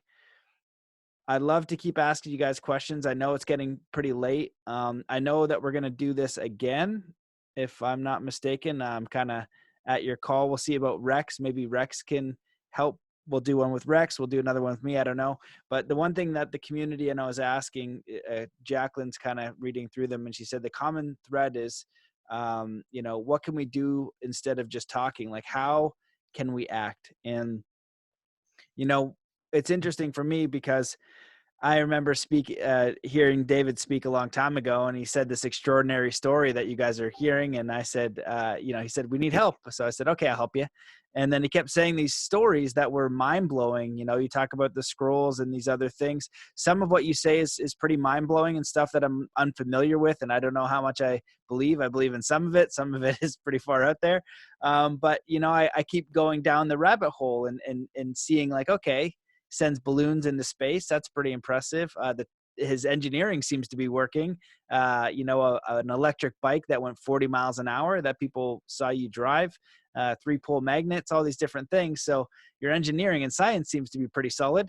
And spending the summer in Maine and just watching how you live and how you act, but mostly the same teachings over and over and over again, and saying, hey, what we're looking for is 6 million people to look in the same direction, the direction of kindness, compassion, happiness, building a community, not just I and we, and observing the community. And probably even myself, sometimes it just seems like people just do things that are not the first 3 teachings. Let's just say that we forget about kindness, compassion, and happiness. And so that's when I had reached out to Clifford, because I wanted Clifford to help me and say, Clifford, I met this other person. Can you tell me if he's for real or not? Because he's saying some really interesting things. Is this similar to what you were taught? Are these similar to your teachings? And I found it very fascinating that you both had a 20,000 year history.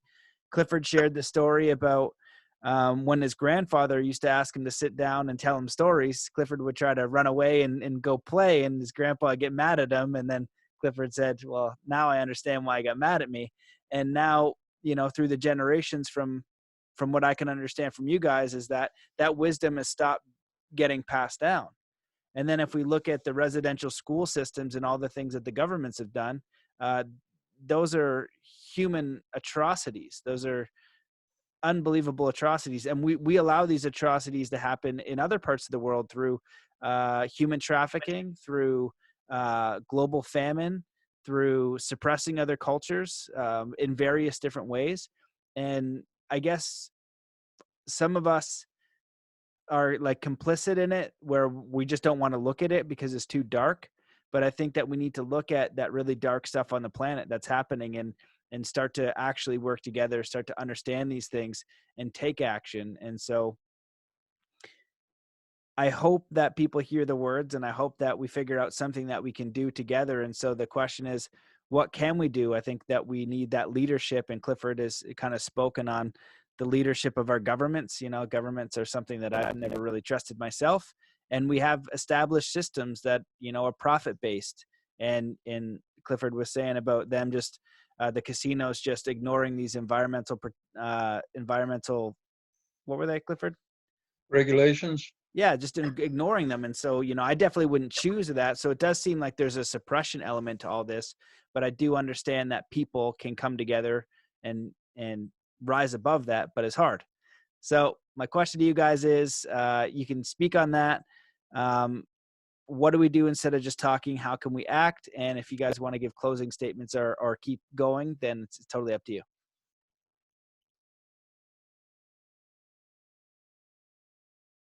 The closing statement, there's no such thing until we get the planet in good shape. No, just kidding. But one of the things that we have become so accustomed to these falsehoods within ourselves. One of them is the biggest thing about jealousy. All these things like jealousy, about ego, about power. And this is what has destroyed the American Indian reservations.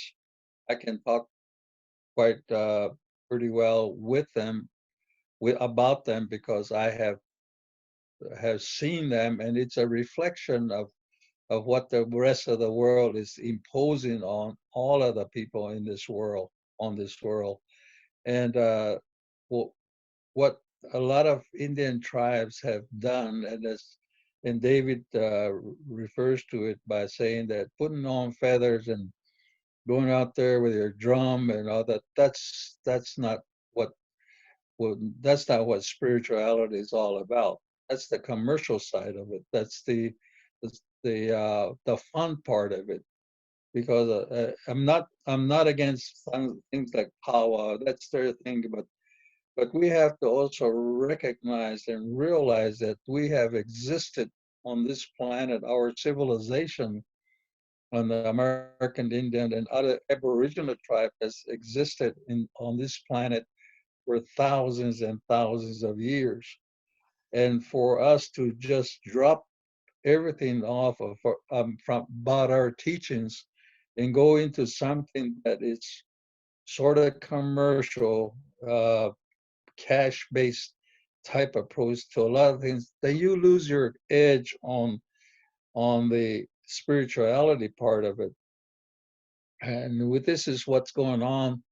And then we are reflecting what rest of the society is all about when we had such a pretty good balance system. I talk about communalism a while ago. We had that as a balanced system.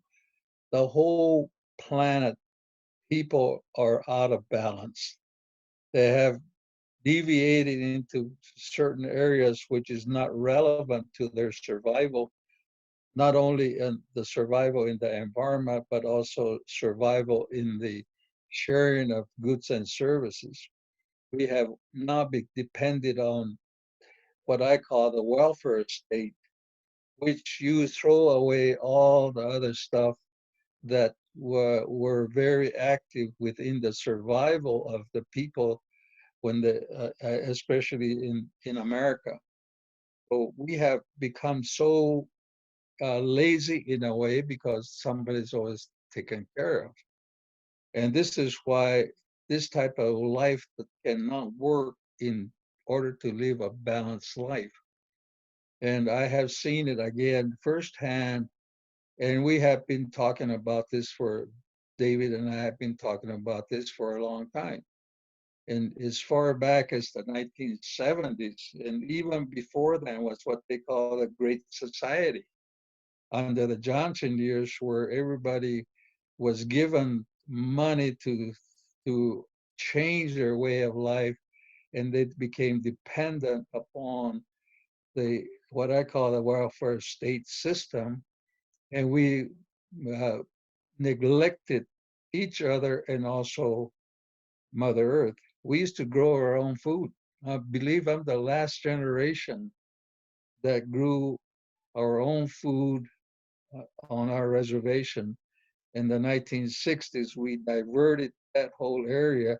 And also by doing that, we lost our connection to spirituality. And so these are the times that we have to look at it and review ourselves individually and as a whole about where do we go wrong on this path here, and how do we get back into that self-respect and also taking care of each other on this planet. There are no UFOs, like I said before. There are no UFOs going to come and pick us up. That's just fantasy. That's something that people wrote about. That I don't know what they mean by it, but we have to survive, and this is where we have to concentrate our efforts in these days. And this is a great slap in the face to wake us up because of what we have done in the past and what we have done to each other and what we have done to our Mother Earth. So, and the question is that, well, what do I do? That's the hardest part. That, remember that the Chinese saying about the first step, the long journey takes the first step. We all have to take within ourselves to take that first step. How do we do this? And continue to take care of each other and then start making that effort to start connecting with each other in order with a common cause. Without these are the things that a lot of us have become used to it. Everybody wants their 15 minutes of fame. Everybody wants to have gotta have 5 cars. We gotta have designer shoes, like David says. No, no, no. Those days are gone. We gotta look at the things that what is more important than having a big going over there and having stock in some of the biggest corporations in the world. Because if starvation comes to starvation, what kind of soup are you going to make with your stock to feed yourself? because now we don't have any goods and services anymore. So the biggest people that have the biggest bank accounts are standing by. But I believe that if it ever comes down to eating, growing their own vegetables and their own killing game to feed themselves, they won't know where to start. So this is the basic things that we have to look at. How do we survive with each other, and what steps are we going to take? First order of business is communication, self-respect, and there's a whole, you can make a whole list of those things, which we have thrown away, I would say, in the last 300-400 years. So it's all back down to basics. You know, a lot of people used to say, why do we have to go back to the old ways? I don't have to worry about it. I said, if I want some groceries, I just go to the grocery store. But we saw what happened. Everybody was in the same boat, regardless of how rich you are or how poor you are economically. You know, when there's no toilet paper, there's no toilet paper.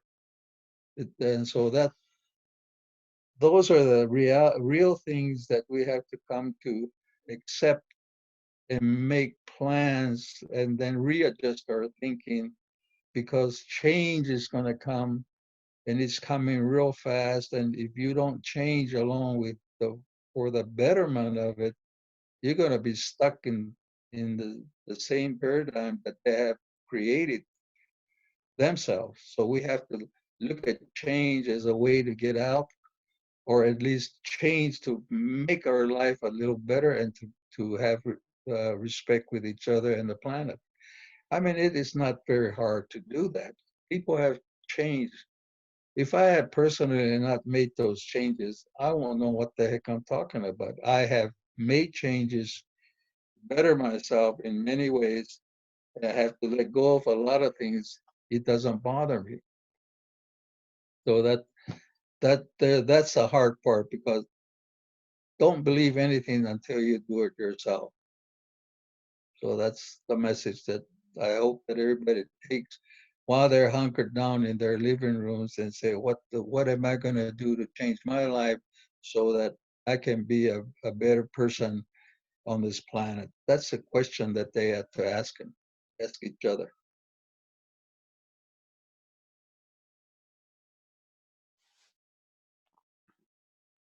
That was very beautifully said, Clifford. David, do you want to share?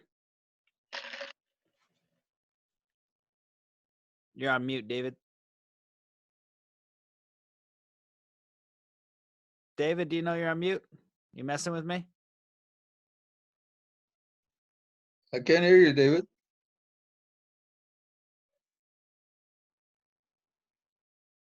I don't know if he's messing with us or what he's doing. No, I don't think so. I think it's just. David, you're on mute.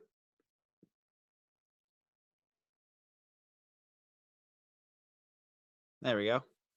My apologies. Why did you go to sleep? I didn't know if you were messing with us. Well, part of learning the language is learning to understand what the language is. You didn't hear me, but I claimed what that message on the copper scrolls was, but you didn't hear what I was saying. You know, I did give the actual announcement on what those copper scrolls says about the future. And I guess if you're a lip reader, you're going to be able to figure that out. You know, we work with stories a lot and things out there that's going on. You didn't hear me. So I had messages from my wife, Matthew, and Clifford, on that you couldn't hear me. This is what's happening today, is that we can't hear each other. We only see the lips moving, and we presume that 100 different things. The only thing I can come up with is a story. You know, we in our lives that we have a lot of stories. Our stories are lives, you know, and how we make them up. But this is one story that talked about a treasure. And this treasure was at least 3 tons or 8 tons of silver and gold, and chalices and cups and boxes of doubloons and silver and gold. It was close by, you know. this young boy growing up, hearing this about this treasure, you know, as young people, he went looking for it. But all he can find, chase the dreams and things like that. But he had a great time. He spent most of his life looking for this. He went to grade school, through high school, through college, believing this story. And he looked in books, and he did the research and read all the books where it is. And in the books, they point in different directions. And those directions that they gave him, some led to some clues, some didn't, but very tangible. So there was a belief that that treasure was there. He got older, and of course, when you get older, your belief goes away. What you've been searching for when you're young goes away, and we become old and sit in our chair and talk about the old days. His grandson listened to these stories. He says, "Grandfather, tell me all the stories about the treasure." And every night, you know, sometimes Saturday nights, they sit and have a cup of tea, and he tells the stories of the adventures that he went looking for this treasure. You know, part of this treasure, it says it is the Templars' treasure. And we think of the Templars and what happened to the Templars. You know, they didn't find very much gold when they kicked the Templars out of England, you know. They only found a couple scraps of gold, and they were worth billions in this day economy. And most of their billions were into doubloons and into gold and silver and stuff like that. And they had a whole fleet of ships carried this treasure somewhere. So that's part of the believable part. He looked and looked. But he became old and told his grandson, his grandson got a little bit older in his early 20s. And he was going through a rummage sale one time, or a tag sale, or yard sale. And he come across a journal. And it's a very old journal. And the journal talked about when he came here and met the natives and part of the native, he befriended the natives, and they became friends. And when they were kicked out of England, those people that were kicked out of England, the natives welcomed them as friends, as community. Being native at that time, gold and silver had no worth to us as natives. They were just shiny objects. You know, you couldn't go buy a car, a house with those. Nobody would redeem them. But they're just shiny, fancy things that's fascinating. But in that journal, it told him that a friend, the native, so he went looking, and he found one of the names in that journal. And he went and asked this very old man, he must be 94 years old. And he says, "I got this journal." I said, "Oh, I remember something written like that." He said, "Yeah." He says, "But it's written, I wrote it a little bit different, because when I heard it, these people that had this silver and gold said they made a vault." He says, "A vault?" They made a vault of a gold door with a combination on it that you couldn't open. And this gold door weighed heavy, and it protected the treasure inside the vault. So what kind of a combination? He said it was some sort of number combination, and I wasn't really sure. But he says, "Do you believe in that?" The old man, he had to take his pipe out and smoke his pipe a little bit. He says, "Matter of fact, I've seen this door." He says, "You've seen the door?" He says, "Yeah, I've seen the door." He says, "But when I was very young, I don't remember. It was upper part of Labrador." He says, "Really?" He says, "Can you tell me more?" And for that summer, that young man worked for this man that was 91 years old, cleaned his yard, chopped wood, did everything to help this man. And this man took sick. He had a heart attack that summer, brought him to the hospital, went into a coma. This young man took care of him for about 2 years when he was in a coma. Of course, over the 2 years, the older man came out of the coma. So, "Where have I been?" He says, "You've been in a coma for 2 years." Oh, so they finally got him to go home, and the old man was recovering. So I want to tell you more of that story. And the old man took out his journal. The young man took out his journal and started writing it down. He says, this number combination, he says, they hid it in the tribes. They hid it in the tribes? What do you mean? In the Mi'kmaq culture, they hid it into the families. So how did they do that? He says some names have different values to numbers. Is in those numbers that have a value to it, that's part of the combination. So that fall, the old man passed away, and left him his journals. And the younger man took his journals, and over the period of 20 years, looked for this treasure.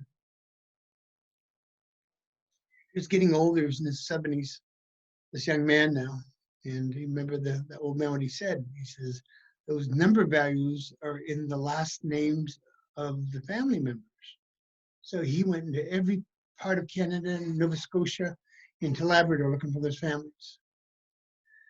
And most of those number values were in churches. So he went all through the Maritimes, everything, looking at churches and families. And he was about to give up. He went to a place called St. Clair in Maine. And he was looking at this old church. I mean, it didn't look like very much, but on the church, on the peaks and on the corners and the buttresses and things like that, they had Roman numerals. And he asked the people that owned the church and the priests what they were. He said, well, we think they're part of the scripture and how scripture is written and things like that. That's part of it. And inside with the pews were all numbered. The inside was numbered in some places, and he took all the numbers down. And he took it home and put this all over his floor and his things, started writing numbers down. And through the families and through those numbers of that church, he was starting to come up with some sort of combination. You would call them prime numbers. And it was 12 prime numbers. So he went looking for this door. He would look through and that part of that door, there was a golden door.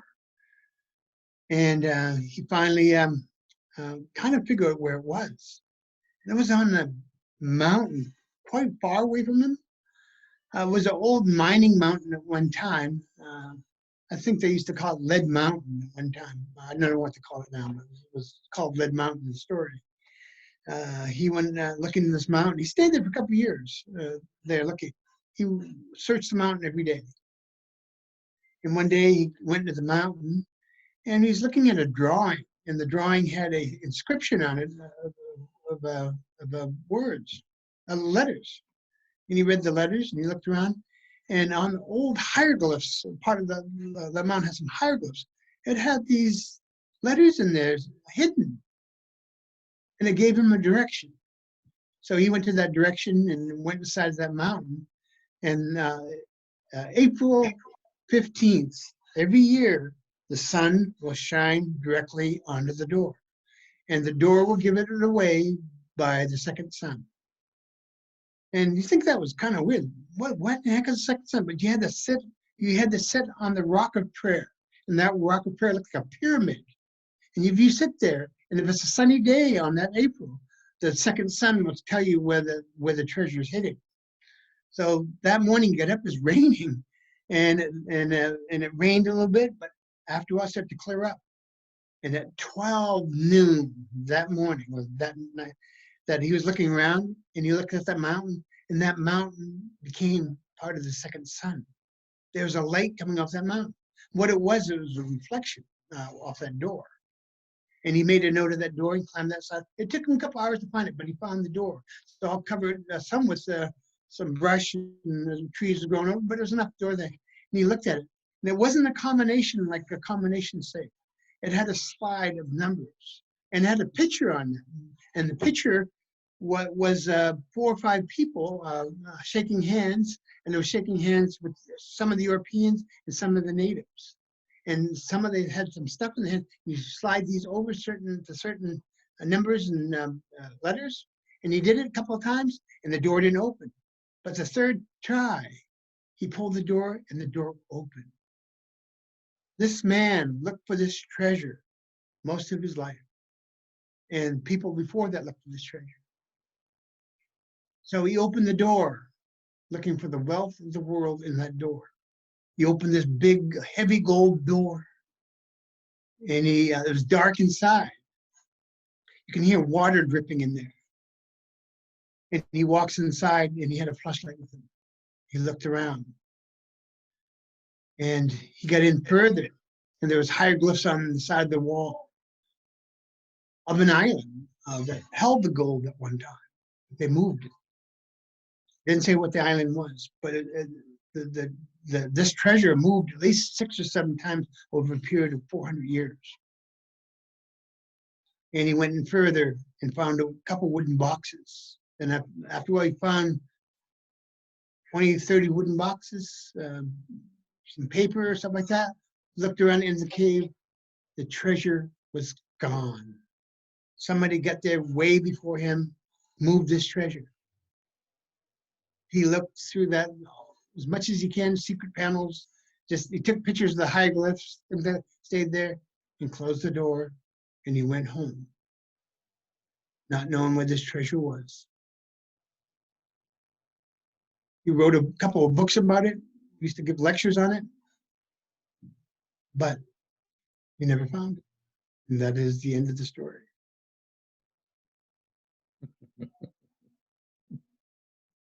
That's a good one. You've always got to leave stories like that. And, you know, knowing you and you, unfortunately, I miss these, but I know that there's a Mi'kmaq and Knights Templar connection. And I know Brian Francis did a lot of work on that and a lot of research and has made discoveries he hasn't shared with anybody. Well, probably the people he knows, but not with me yet. I did see from your trips and your pictures, you took a picture of the Sinclair. And so every time you tell a story, I'm always very curious about separating fact from fiction and what the end result is. But I do know that there is a connection there that's very well documented, and curious where that story might end up, where that story might go. But fascinating as always. I have such a respect for you both and appreciation for you guys sharing. I think that your message is just so timely, and I hope that people hear it. Clifford and David, you speak the same language, and since I've known David, he's, you know, that he said 6 million people looking in the same direction: kindness, compassion, happiness as a community. And if there's 6 million people on the planet, or 7 million, sorry, I should know that. I should know that. I got to listen better. 7 million. But if we had 7 million people that were literally focused on kindness, compassion, happiness, working with the values that Clifford was spoke of and David speaks of toward peace, we would have it. And that's what we need. We need people to get off their butts. We need them to do something. And hopefully this is the thing that can make them do something. And that would be amazing. So, gentlemen, is there anything else that you'd like to say? And when we will speak next, I'll try to get Rex, hopefully, so you can do that message so it get out further than my little one, because he's got a much bigger channel. But I'll do what I can to help you guys get the word out there for sure. Thank you. Thank you. I think on the next podcast, we'll probably talk about cleansing. The cleansing will probably start after this epidemic. That sounds bad. Well, that's prophesized by many different groups. So, Jeez. All right. Cleanse every day. We just don't know. Is that how we're ending it? mm-hmm. Okay. Jeez. All right. Well, thanks, guys. I appreciate you. Find out more Star Teachings, Facebook, Ancient Echoes, Facebook. I got some stuff on my websites too, with David and Clifford, previous interviews with you guys, but check them out. Thank you guys so much. Please spread the message, with Clifford and David together. Please spread the message with a share, little clips, do what you can. And these guys have been on the show before, so there's lots of amazing interviews. And just a short note on David with the science. The interesting thing about everything that he shared is science seems to work, and I've watched him build things with literally no money. you $5, $10 to get resources to build small things, and somehow he figures it out. So we could definitely use some help there to get some of these amazing things built. We've talked about a lot of the things from the copper scrolls, but every time you get an opportunity to build something, it does work, and you've done it with almost no help and no resources and no equipment. So that's pretty darn impressive. I would love to see what you could do with some resources, with some community, with some help, with some equipment, based on these values that you both speak about. So thank you both very much for your time and your words and your commitment to sharing this message. And we'll see you again soon. Thank you. Thank you. Have a good night. See you guys.